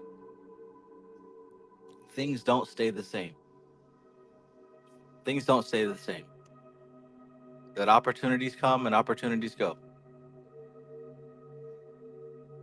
You might miss one, but you know that another one is coming soon. However, with this knowledge of change, the wisdom that comes in is asking the question, do I want to gamble? Do I want to gamble?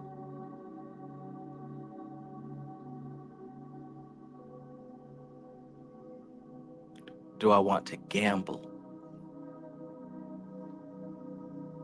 It's all true. You're surrounded by a cloud of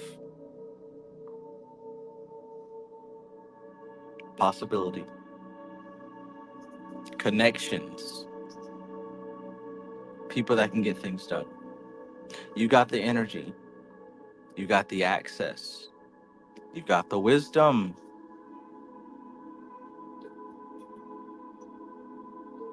Do I want to gamble? And what's the alternative?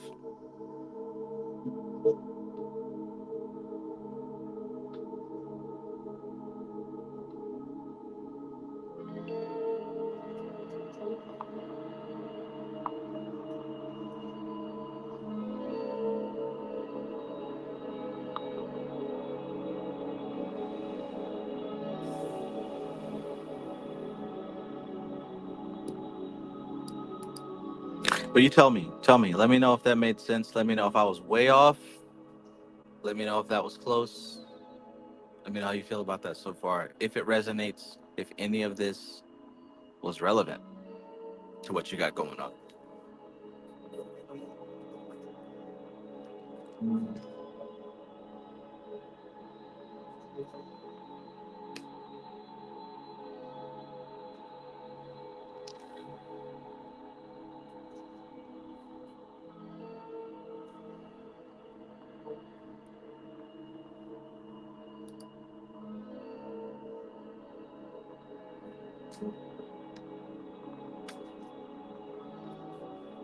Got to know when to hold them, know when to fold them. There we go.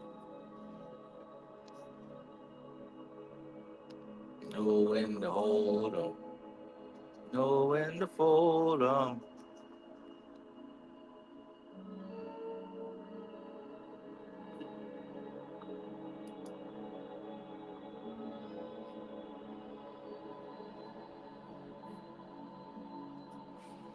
It's funny because, at least in my spiritual walk, I'm very reserved.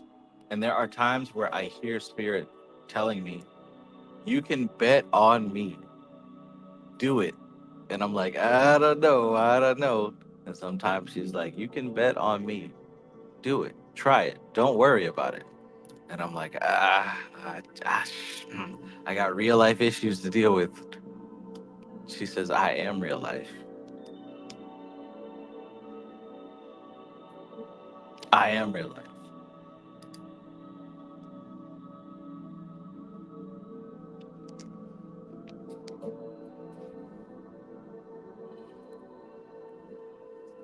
Anytime I've trusted in spirit, spirit has never let me down. I've trusted in people, and people have definitely let me down, for sure, like without a doubt. Spirit has never let me down. When spirit says you can bet on me, and I follow through with that bet, it works out in my favor. It works out in my favor. This spiritual walk has a lot of those experiences when we are challenged to trust and have faith. That's that faith again, right? We hear faith and we get kind of we get a sour taste in our mouth because we're thinking about religion and Christianity and all that other stuff. But faith, having faith in the power that fuels you.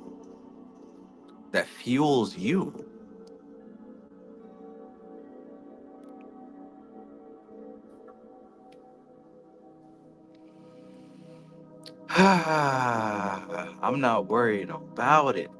I'm not stressing it. Listen, you're surrounded by a cloud of potential. There are options all around you. And there's two things you need to know. Number one, number one.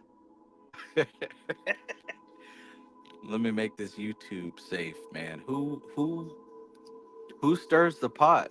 Like who's calling the shots? Like who's in charge here? Who's the boss? Who's the one that sets forth the ideas?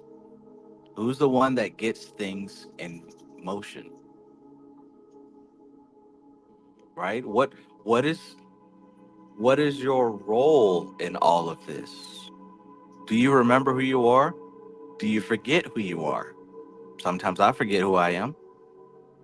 Not for long, but sometimes I do. I think we all do. Who's running the show? Who's doing the thing? And number two, man, number two, who's running the show? Who's calling the shots? Right. I think that message is loud and clear. Look now, something said pull two cards. And here we go. Here we go. We can take this 100 different ways. One facing the left and one facing the right. You got the past covered and you got the future covered. Both hands full. The wand for casting the spell, the sword for slicing and dicing. Maybe you need a reminder. Maybe you need a reminder.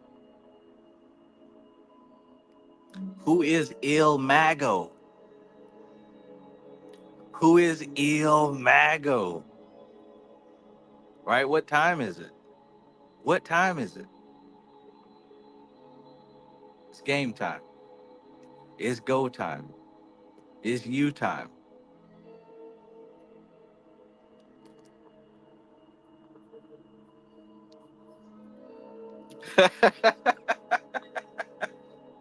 That's funny. That's funny.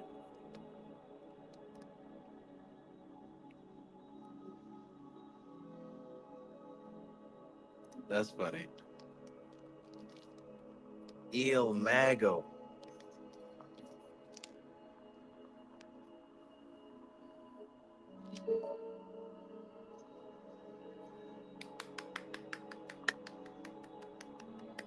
Fantastic. Fantastic.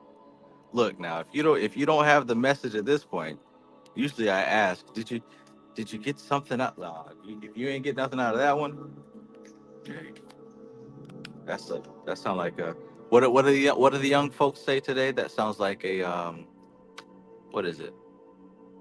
Skill. Yeah, it's a skill issue. That's a skill issue.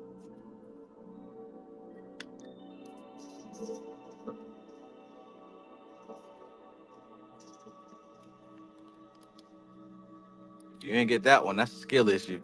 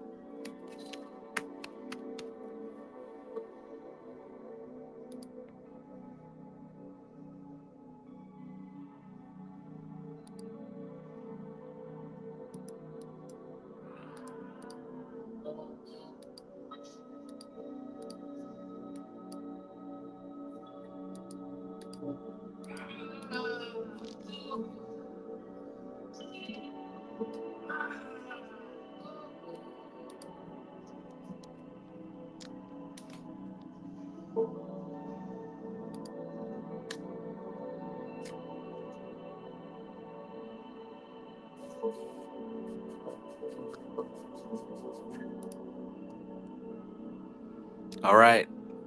All right. Let's go. Let's go. Let's go. Doing good. Doing good. Next, I've got Jay Baldhill. Jay Baldhill, are you in the building? Are you in the building? For this particular reading, let me know what your selection is. I know sometimes it's for someone else, sometimes it's for you. We don't have to disclose who or what, why or when, but let me know.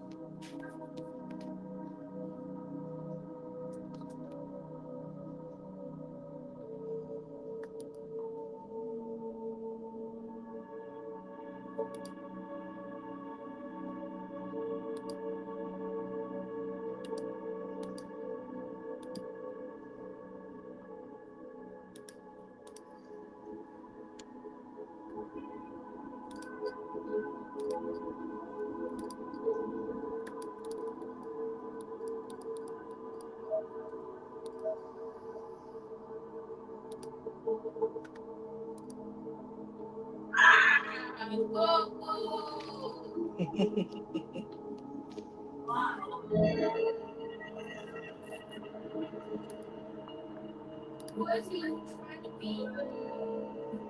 Why was he trying to be? Veronica Archaga, peace, peace.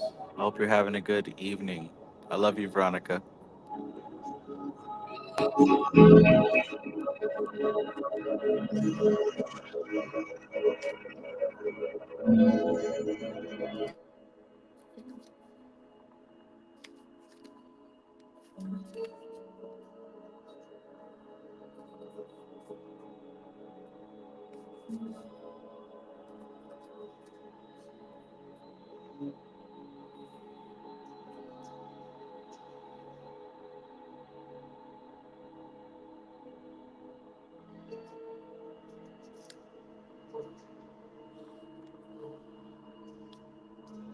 All right.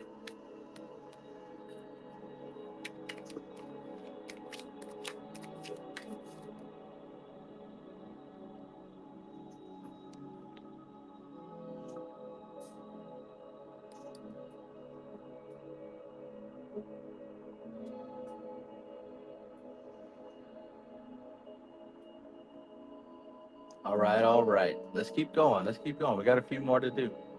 Got a few more. So,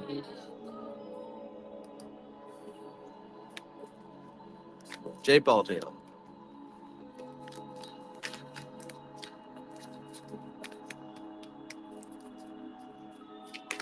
what's the message?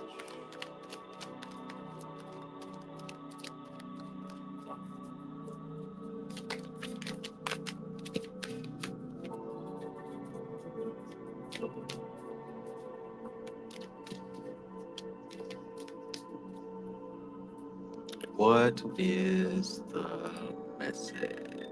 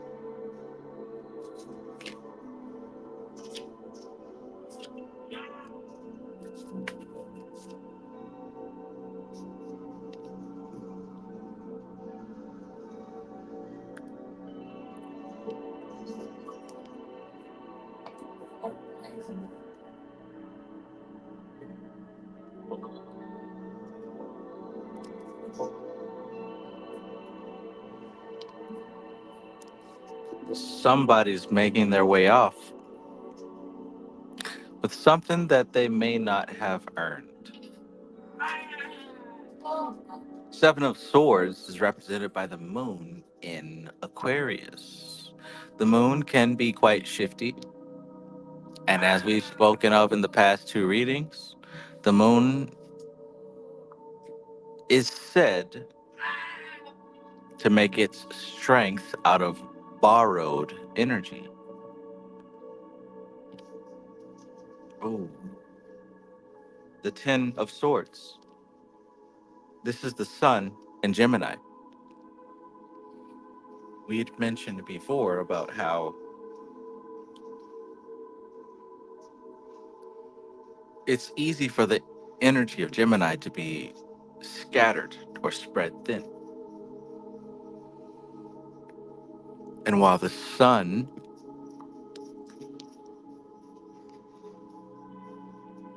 is an intensely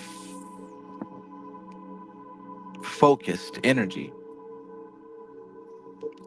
even the most focused energies will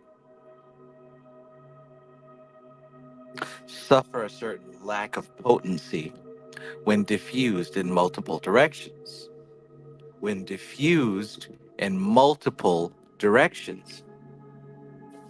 So, what's the answer to all this?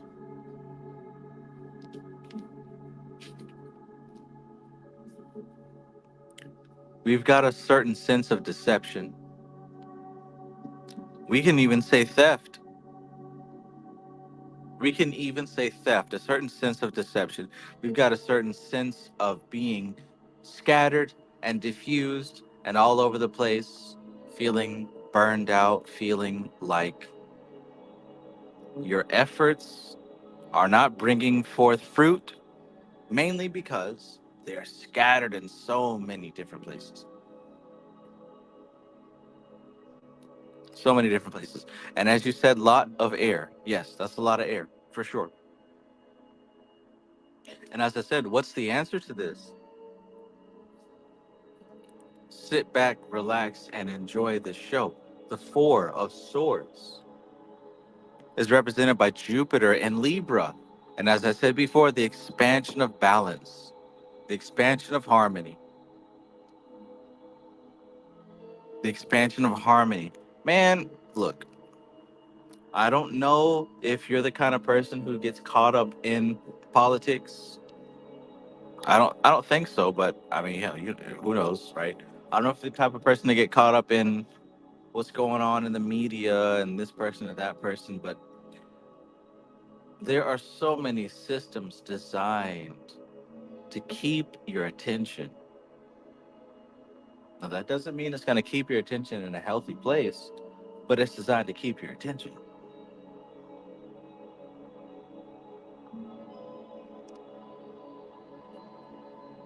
When we're scattered and diffused, we lose our potency.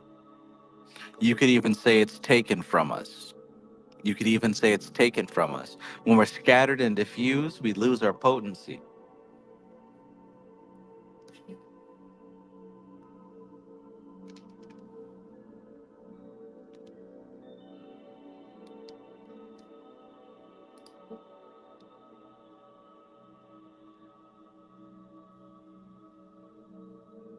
It looks like there's a lot of activity going on, and I can understand, right? Moon and Gemini, I can understand. And although it's easier said than done, if what we're seeking is control, mastery, balance, discipline of some sort, we've got to withdraw these thought processes from other people. We get so wrapped up in other people that even we put our peace at stake.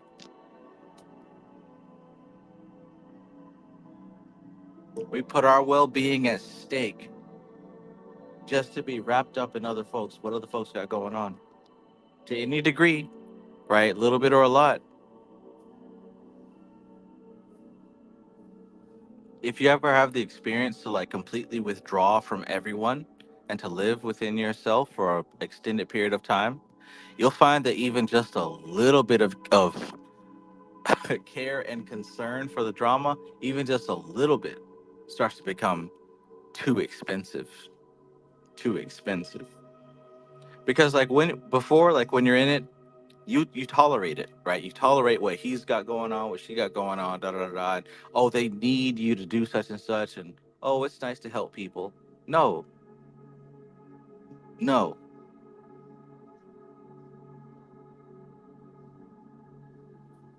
because these same folks that need you so bad, as soon as you say no, they got three other people lined up to give the same song and dance for.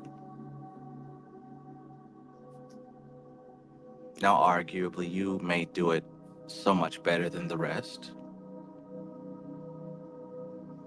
I think that you are someone who is far above and far beyond getting mixed up in some petty drama. Let's keep going.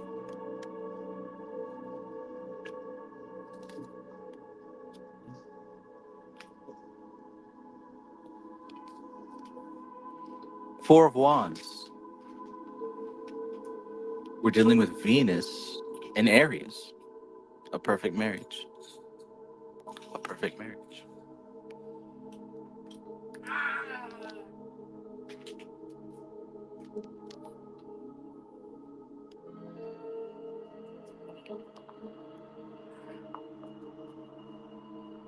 Three of Pentacles. Building the church. That's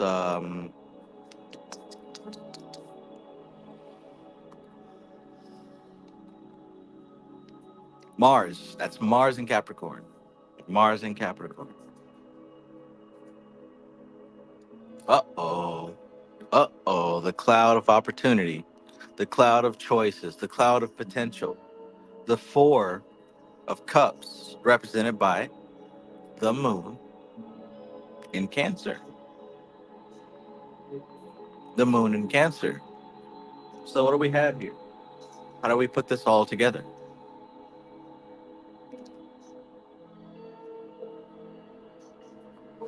Despite the fact that the air element is moving, and with the air element, we're talking about ideas, we're talking about concepts, we're talking about speech, language, communication. Communication. Because we're dealing with so many swords, this particular plane of existence is suffering a lot of turbulence. And don't feel bad because when we're talking about the tarot, the world of Yetzirah is the world of turbulence. The world of swords is the world of turbulence because this is the world of communication, sandwiched between raw emotion and physical objective experience. So you can expect that communication will be wonky.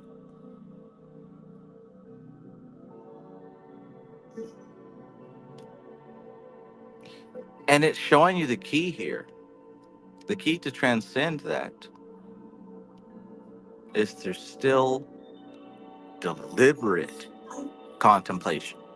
Chill out, relax, stop, think about this thing. Like this this is going to be solved by passive thought and not active thought.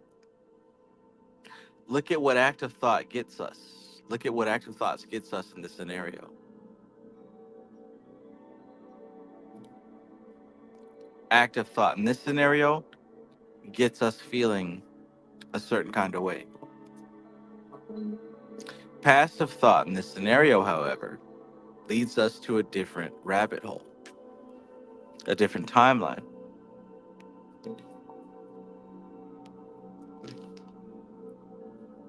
Sleep.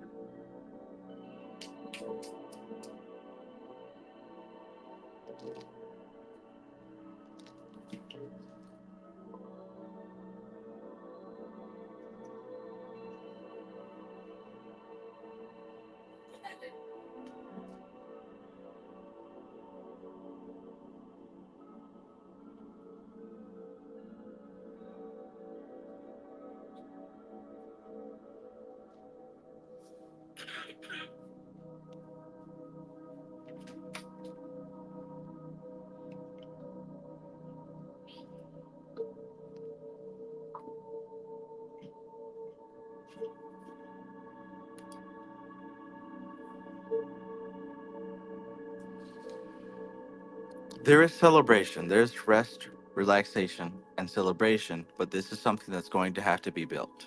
This is something that's going to have to be constructed. This isn't something that's going to manifest based on the current environment and the current potential ingredients that are available. This is going to be something that has to be built up. Three of Pentacles, that is Mars and Capricorn, right? This is something that you're going to have to carve out, not something that you're going to fall into gracefully. This is something you have to create gracefully. And the options are already there. This isn't something that you've got to just come up with from scratch. The options have always been present. As usual, the answers are usually in our environment. We just fail to perceive them. But even as this guy is focused on his three cups and he's got that fourth one coming out of the blue, literally, that's your situation now. For where you're trying to go, it's going to take, for where you're trying to go, it's going to take a concentrated effort to create it. You've got to create it one building block, one Lego block at a time. And this isn't something you have to stress and search for and reach out for and scatter and scramble for. No, this is something that's in your environment already. Have you taken notice of it? Have you become aware of it?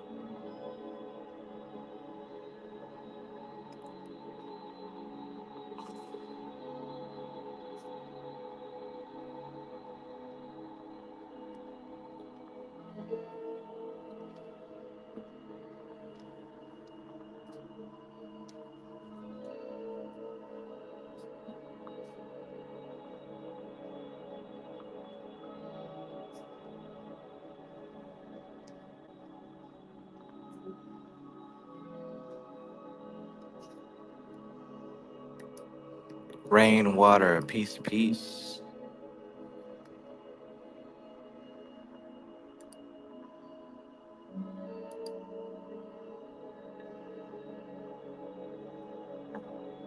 Cool, cool. So let me know how that sounds.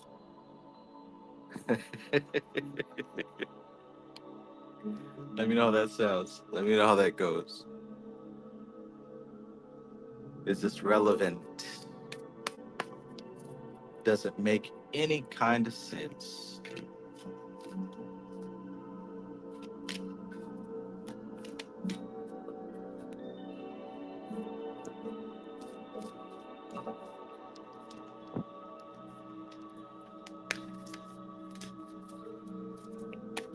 Oh my, what a zone. What a zone. What a zone we have entered into.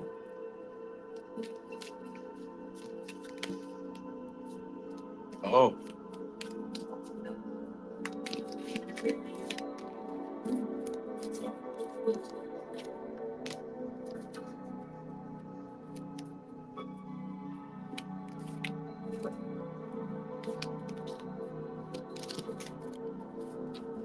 All right, so let's do it like this.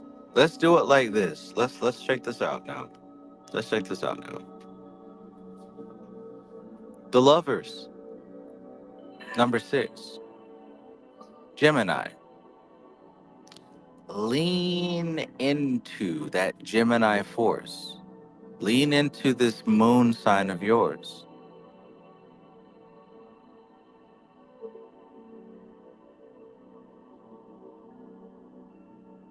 Because when we talk about the Lover's card, we talk about this Gemini force. What we're actually talking about is alignment. What we're actually talking about is alignment. Look at this happy family, right? Some cults are taught that the Trinity is Father, Son, and Holy Ghost, right? But what nature shows us is that the Trinity is Father, Mother, Child, right? What nature shows us is that the Trinity is active force and passive force creates new force, creates new force. Lean into the Gemini energy. Lean into the aspect of being able to access what you need to create something new. Most people believe that they are severely limited, severely incapacitated, victims, powerless. And if that's what they want, more powerlessness to them, for sure. But understand that somewhere in your field of existence, you have access to the knowledge of creation. Whether you want to call it Yod, Hey, Vow, Hey formula, whether you want to call it Adam and Eve equals the rest of humanity, you've got the formula. You have it. It's nothing you need to look for or discover or read another book for, watch another video for. You have it.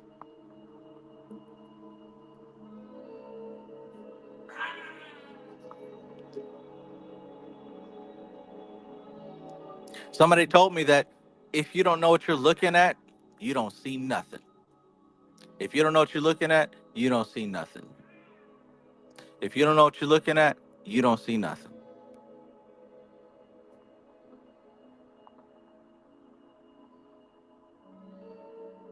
I learned a secret today in my meditation, and that secret was you utilize your higher self as a vessel, as a mask, as an outfit to explore the higher dimensions. Mind blowing, brother. Mind blowing. Because most people think, oh, well, my higher self is this thing that is, it's out there and I'm waiting to connect with it and it's going to show me the way. No, the higher self is another outfit to wear. You got to understand, like, who is the one who's the experiencer? It's consciousness. Consciousness is not lower self or higher self or medium self. Consciousness is the observer. And we use the higher self to navigate the higher planes. Man, a lot of this stuff, I was talking to my cousin, like I pride myself in being able to communicate and convey ideas, but some of the stuff that I be meditating on and seeing is very difficult for me to translate into words. And one of those things that I've I can't emphasize enough how much the cosmic doctrine has helped my meditation, because like it showed me a new realm, a new dimension. And when I access my higher self, it's like now it's like, all right, where are we going? I put on the higher self and we go into the cosmos. We go past the universe and we go into the cosmos. And I'm literally wearing my higher self like an outfit because I can't go there. Little old me can't go there, but my higher self, that's its home. But anyways,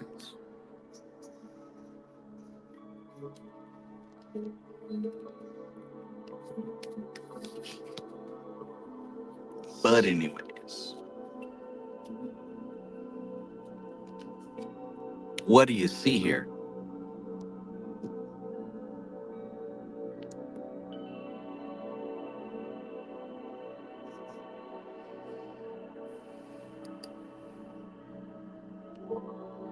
You know, one of my guilty pleasures is playing a game called The Sims 4.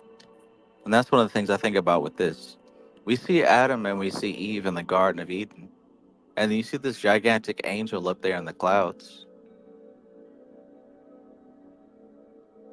I don't know if you've ever played The Sims, but essentially you create people and you have them live and they do everything that living people do. They cook, they clean, they have sex, they have enemies, they learn skills, learn to play music, they have careers, aspirations, dreams, fears, right? They have all these different lives. They reproduce, genetics, etc., etc. And look at this angel up there, just in a way orchestrating, but also in a way just observing.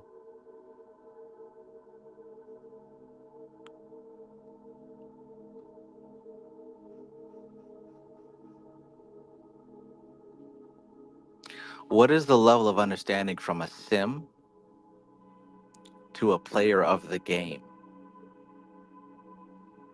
I tell you what, we're sims. We are a simulation. We're not in a simulation. We are a simulation. And who is observing? Who's taking notes?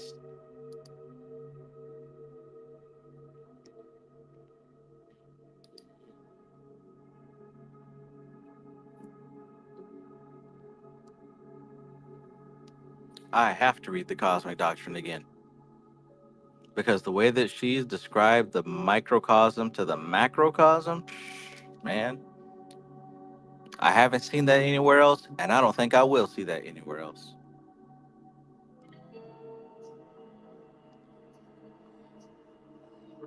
All right, so yeah,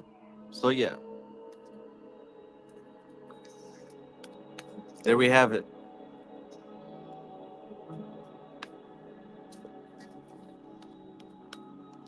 You must build it. You must build it. You must build it.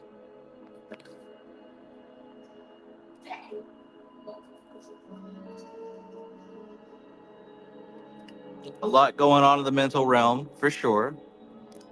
The answer, like to all this, sit down, contemplate, meditate. That's the only way that you're going to see that the answers were always there, right? That card that I had here, the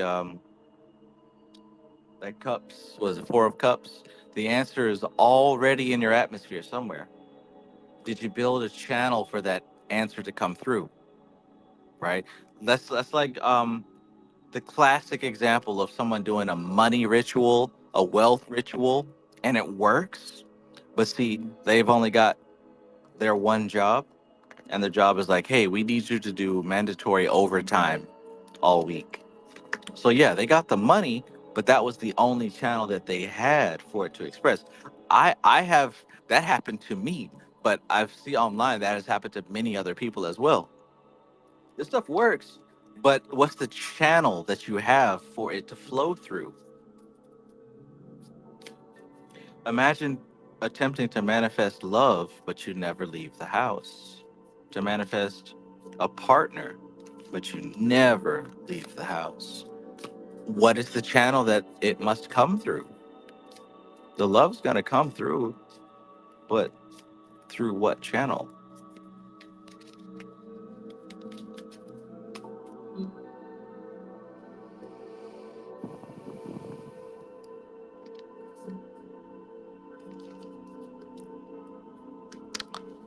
All right, all right, all right.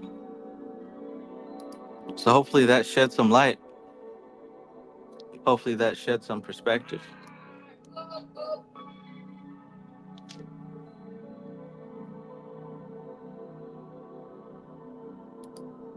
Oh, that's a really good one. I mean, not good that it happened to you, but a really good example.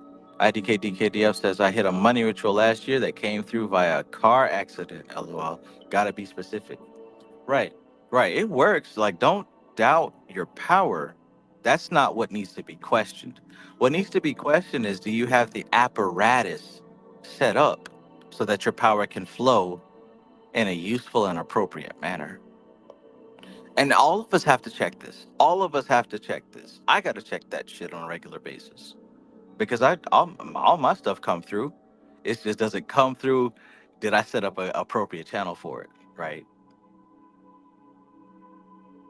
All my stuff come through, but did I set up an appropriate channel for it?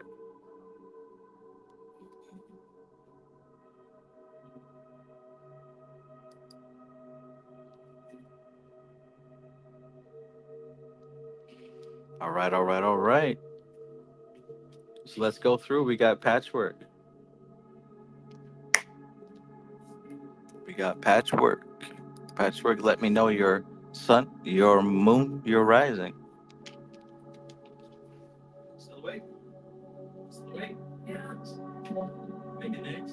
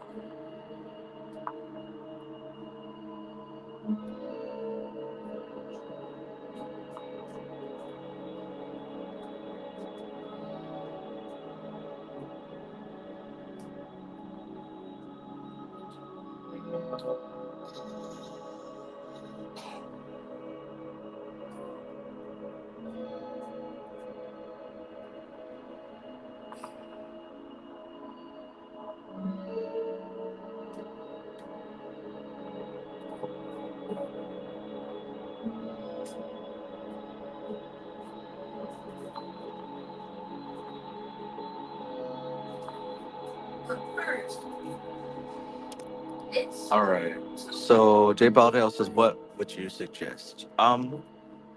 A couple things, really. I guess. Perhaps consider how much you are invested in the conversation. How much are you invested in what people have to say? Like how much weight do you place on whether somebody's right or somebody's wrong? Man, when I talk to people, I don't really give a damn what the hell they're talking about because everybody has opinions and everyone's, Donald Trump, Joe Biden. Well, I prefer this and that, and I don't. All gays going to hell, and you got to be married before sex. Like everybody's got their opinions, and I don't care really. That has nothing to do with me. That's yours, and you have a right to have that. The more invested I get in what somebody else believes, that's energy that I'm splitting and scattering and sacrificing. Like, imagine sacrificing to an inferior God. Ooh, man. See, that's got to burn, that's got to boil up your blood more than anything else. When you come into contact with somebody who has an opposing set of beliefs and you get upset with their conversation and you're sacrificing energy to them. Whew, I can't do it. I refuse. I refuse. But yeah, investigate the investment that you have. Investigate your investment of energy in the conversation.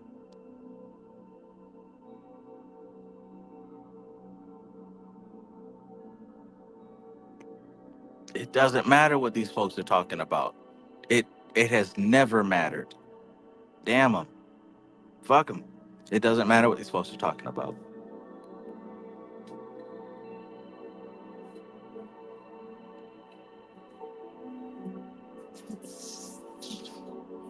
At the last second.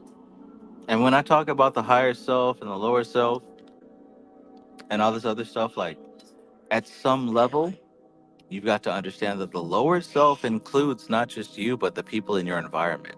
The lower self includes not just you, but the people in your environment, for better or for worse. So again, investigate your level of attachment to the conversation. Investigate your level of investment into the conversation. All right.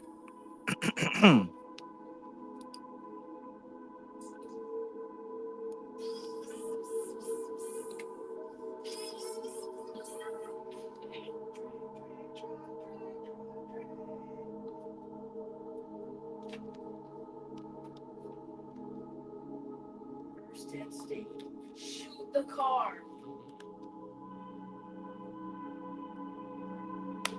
All right.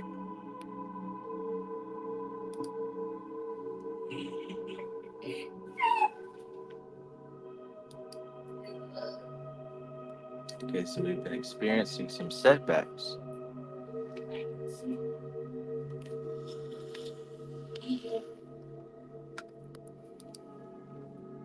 But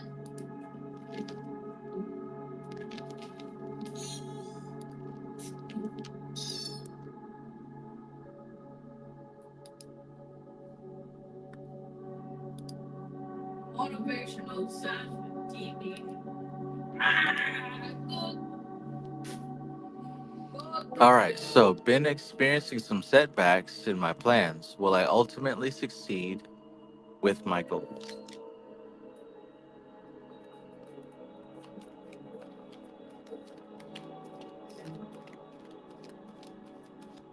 All right, let's find out here.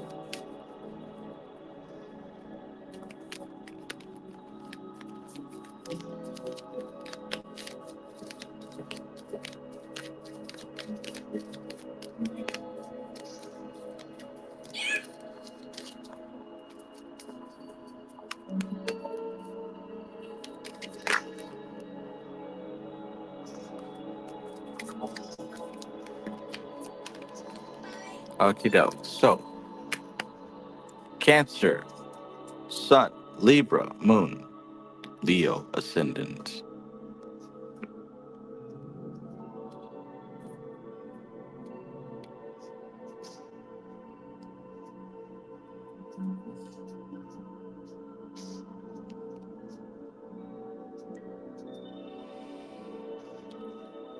We've all heard of the quote that hard work pays off.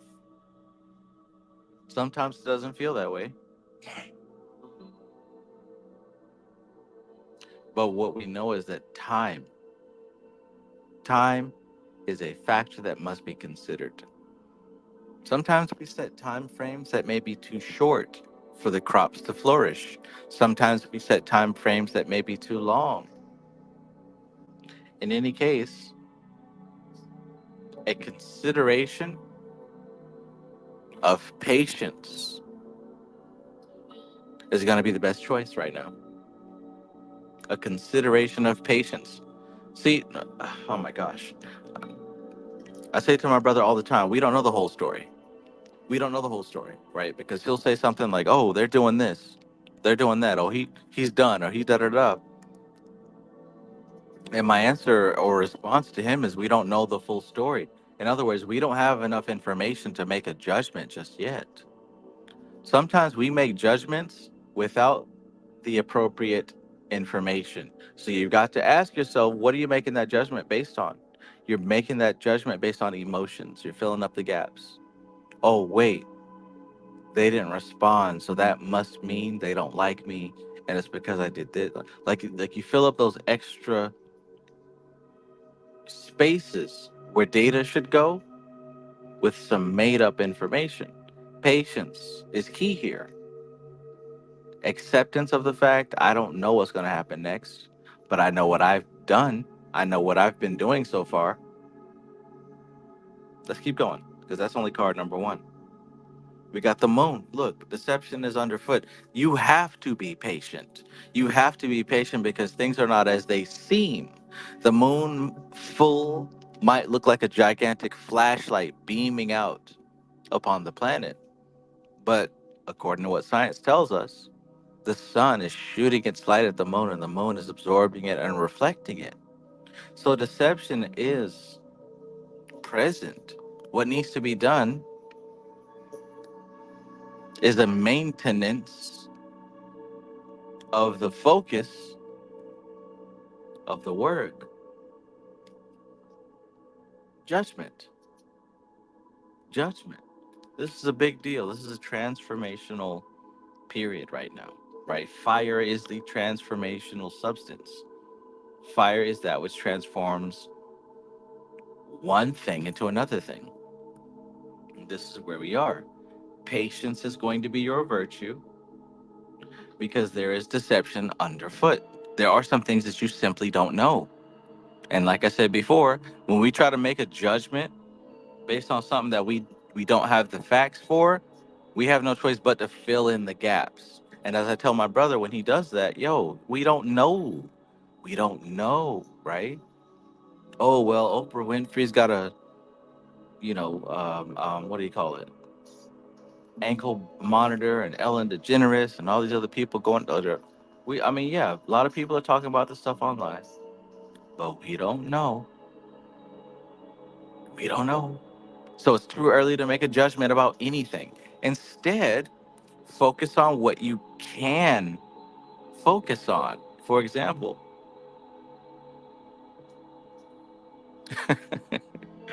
where is your mind? What is it that you are focused on?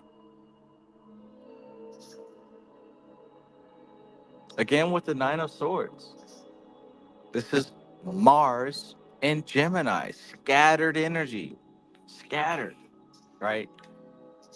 I listed those examples of conspiracy theories because a lot of people who would otherwise be very intelligent get wrapped up and caught up in loopholes that don't really prove to be useful or appropriate. Where's your mind at? Kenny Anderson, peace, peace, peace. Good to see you.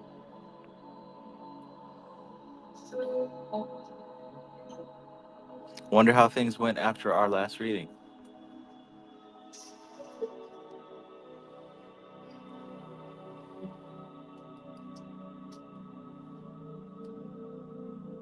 So, Patchwork, what's been keeping you up?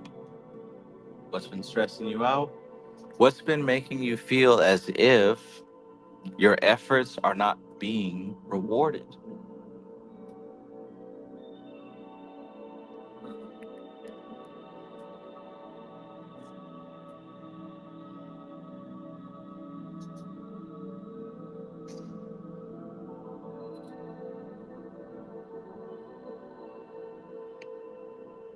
Hmm.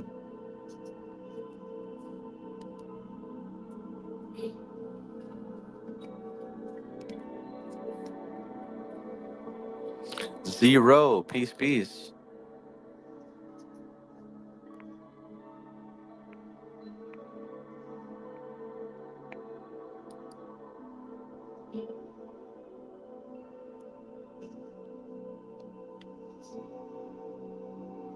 All right.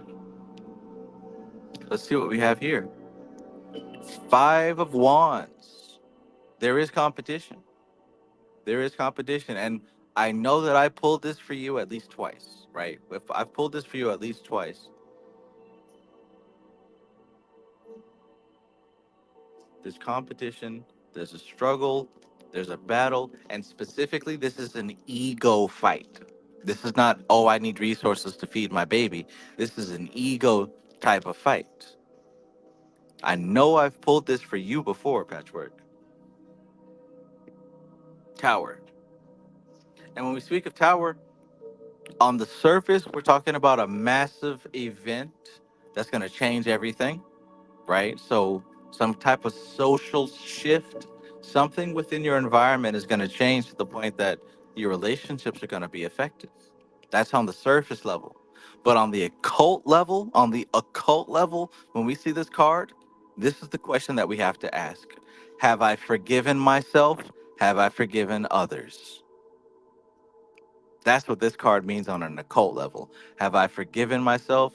Have I forgiven others? You put in a lot of work. You've put in a lot of work. And of course, where there's abundance, there's also the potential for thieves. There's also the potential for scammers, etc. So make sure that what you're doing is based out of a sense of patience and a sense of truth.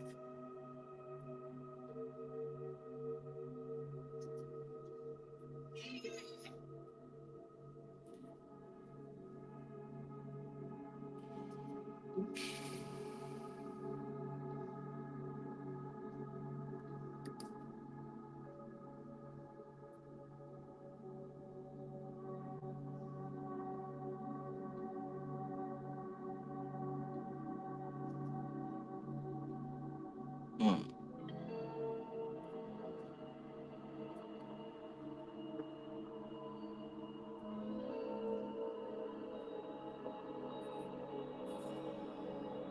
Hmm. Hmm.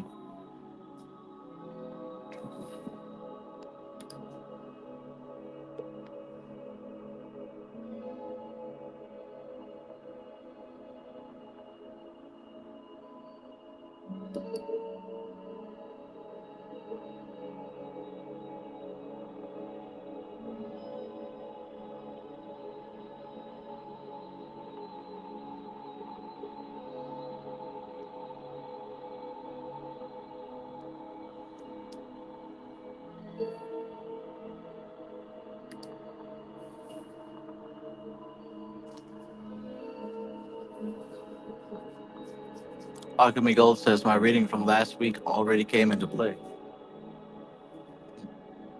That's awesome.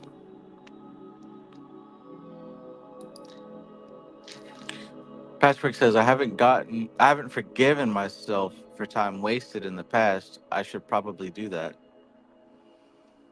That's the thing, because like I said, it's energy that is locked up, trapped, and contained. When we haven't forgiven ourselves or anyone else, that is valuable energy that we are putting in a box as a gift and letting them keep it.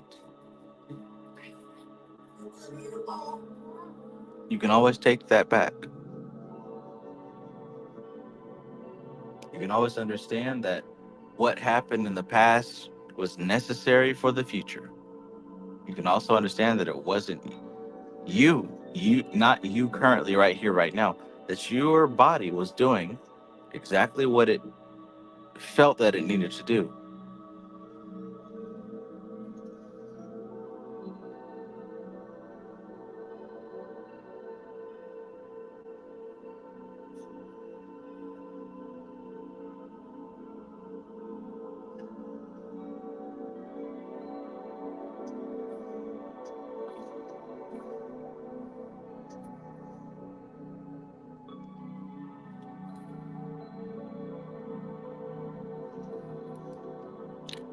End of the week. Peace, peace. So let's do one more. Let's do one more and see where we are with this, right? There's a lot of diligence, a lot of patience is needed right now, and understand that things are shifting and changing, and it's kind of hard to see true intentions when everything is just kind of up in the mix. Of course, there's a battle of egos. Of course.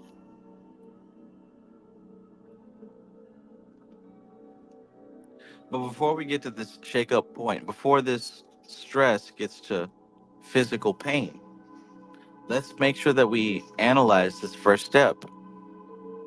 Perhaps you're further along than you imagined.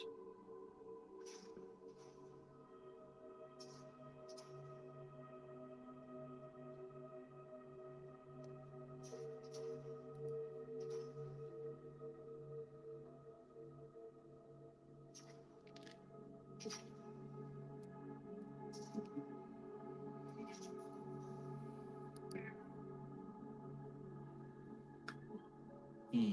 That's a good question, Alchemy Gold. I've always wondered if I aligned myself into a reading or if it was already written.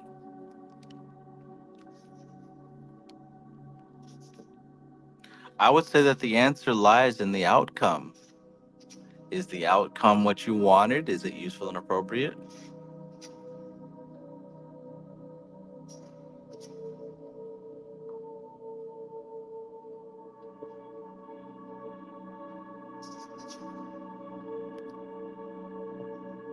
Hmm.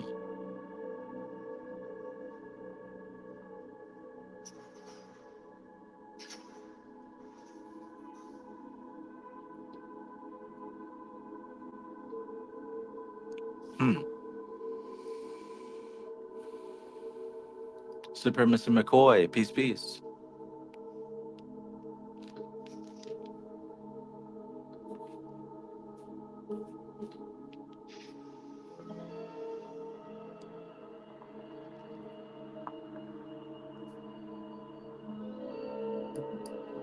All right.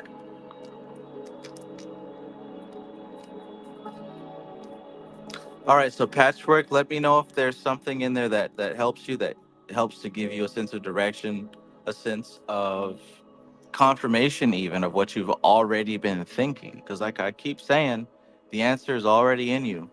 The answer is already in you. You have it. You just have to increase your capacity to receive, specifically to receive these impulses from higher self.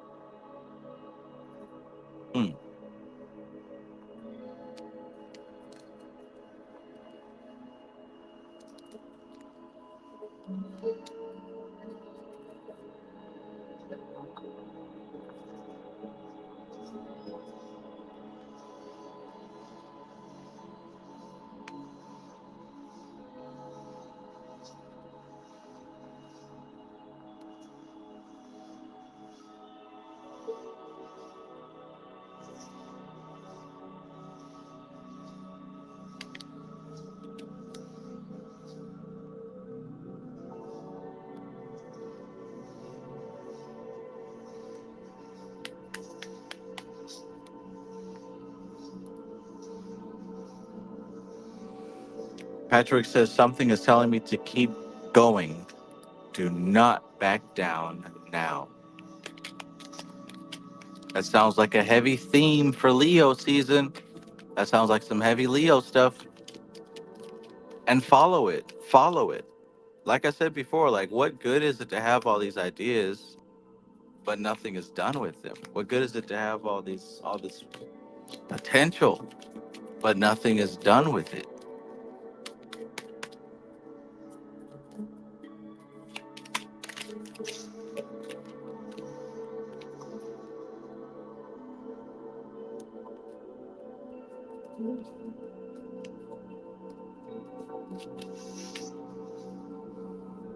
All right. So it seems like we've reached the conclusion of the collective tarot reading.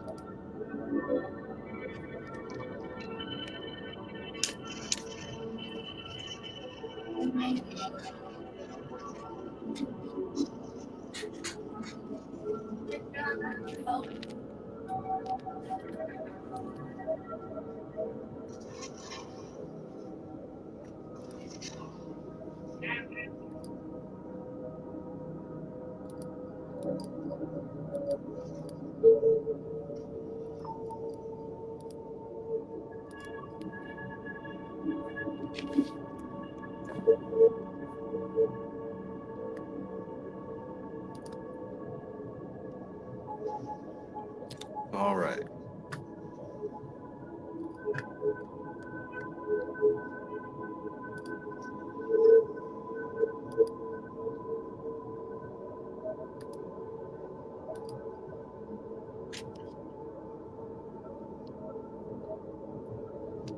So that about sums it up for tonight. Listen, we're about to enter into a season of high spiritual activity. I said that before. Now listen close. We're entering into the season of Lion's Gate. Now that is what initiates a lot of the spiritual activity that we're going to be experiencing. So Lion's Gate peaks on the 8th of August. That's 8/8. However, it actually begins now. It gradually begins now and shifts itself into 8/8.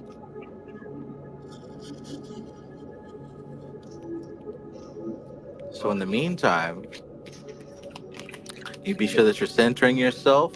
You be sure that you are creating an atmosphere to where you are unstressed as much as possible, right? Everybody can't escape stress, but you want to build an environment to where you can have peace, is what I'm saying. So build up your peace, work on your meditation, work on your study, and you'll start to find that as these next couple of weeks roll in, spiritual influence will increase.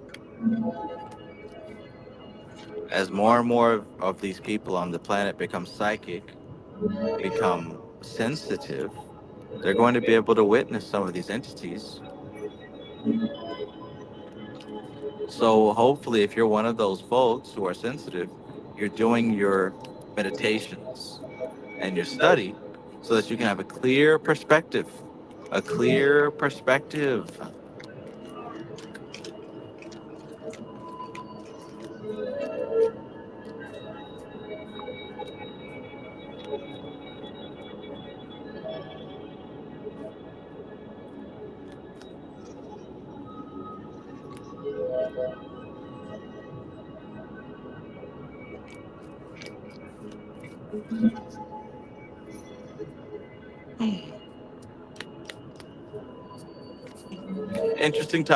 Interesting times, if you ask me. All right, so once again, that concludes tonight's tarot card reading. You got the power. You've got the power. Right? Remember who's driving the ship. Remember who's stirring up the stick. Remember who's in control, who's the boss. Hint, hint, it's you. It's you. So take a hold of this energy and use it. Use it. Because to tell you what, Once you experience someone who is inferior wielding this power above you, it'll make you change your mind to get right. And when I say inferior, I mean somebody who doesn't understand and doesn't have intentions that are useful and appropriate to your goals, right? Someone who might be underdeveloped, unsophisticated when it comes to these type of things. Because look, somebody's got to be in control. Somebody's got to drive the ship. Somebody's got to do that. You can't just throw your hands up and say, "Oh, no one." No, life is moving, so someone is driving. Make sure that you're as close to that steering wheel as possible, or suffer the consequences. It's your choice. It's your choice.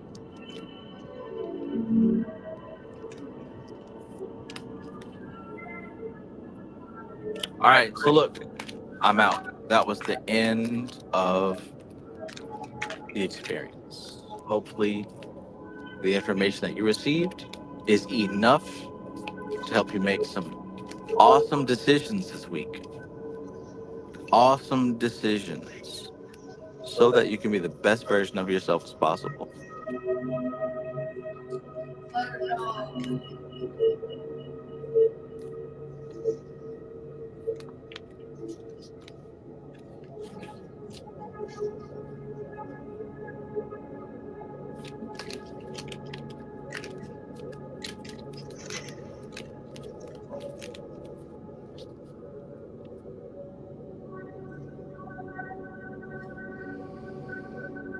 Hmm.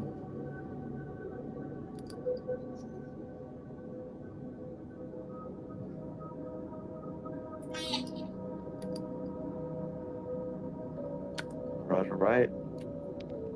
It's been real. It's been real, my children, but I must go. I must go.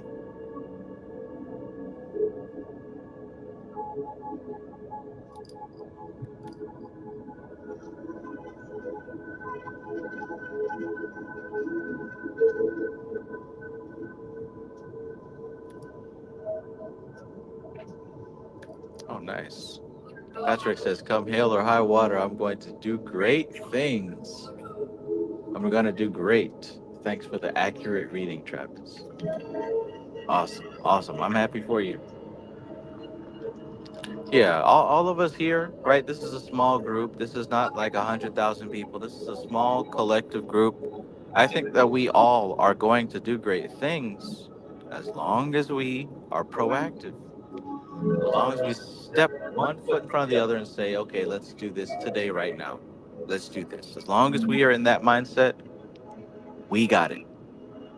We got it. And I'm saying this collective, I'm saying us, we, it's not a lot of people. It's a small amount of people, very tiny. However, that's all you need.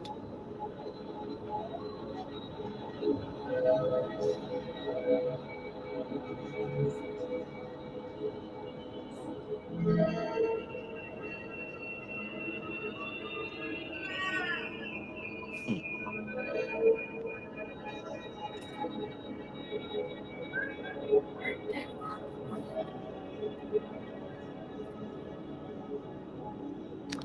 All right. All right. So, y'all have a great night. This concludes the tarot reading live stream. Thank you for being here. I hope that you got a message that you can utilize. And I'm off to cook my son some bacon and eggs. All right. Peace out. Thanks for being here. This is TK Trav, aka Travis Magus, here with LVX777. I love you all. Peace.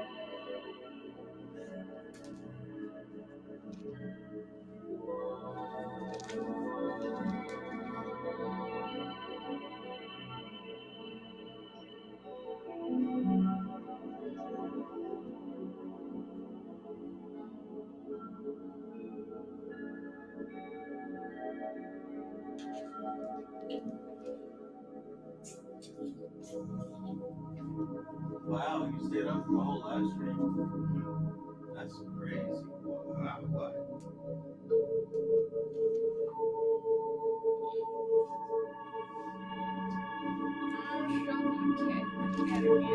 Huh?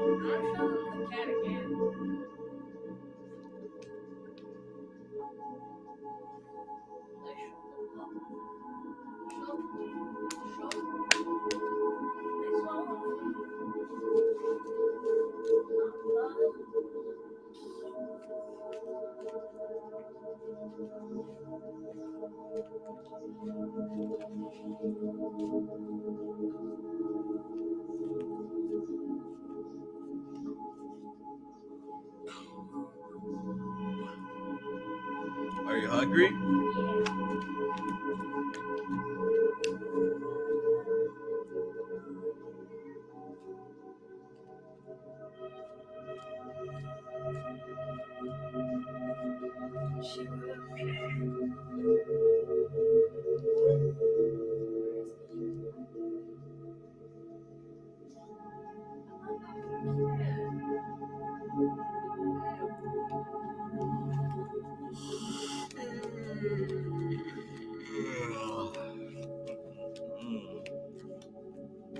God bless. What time is it?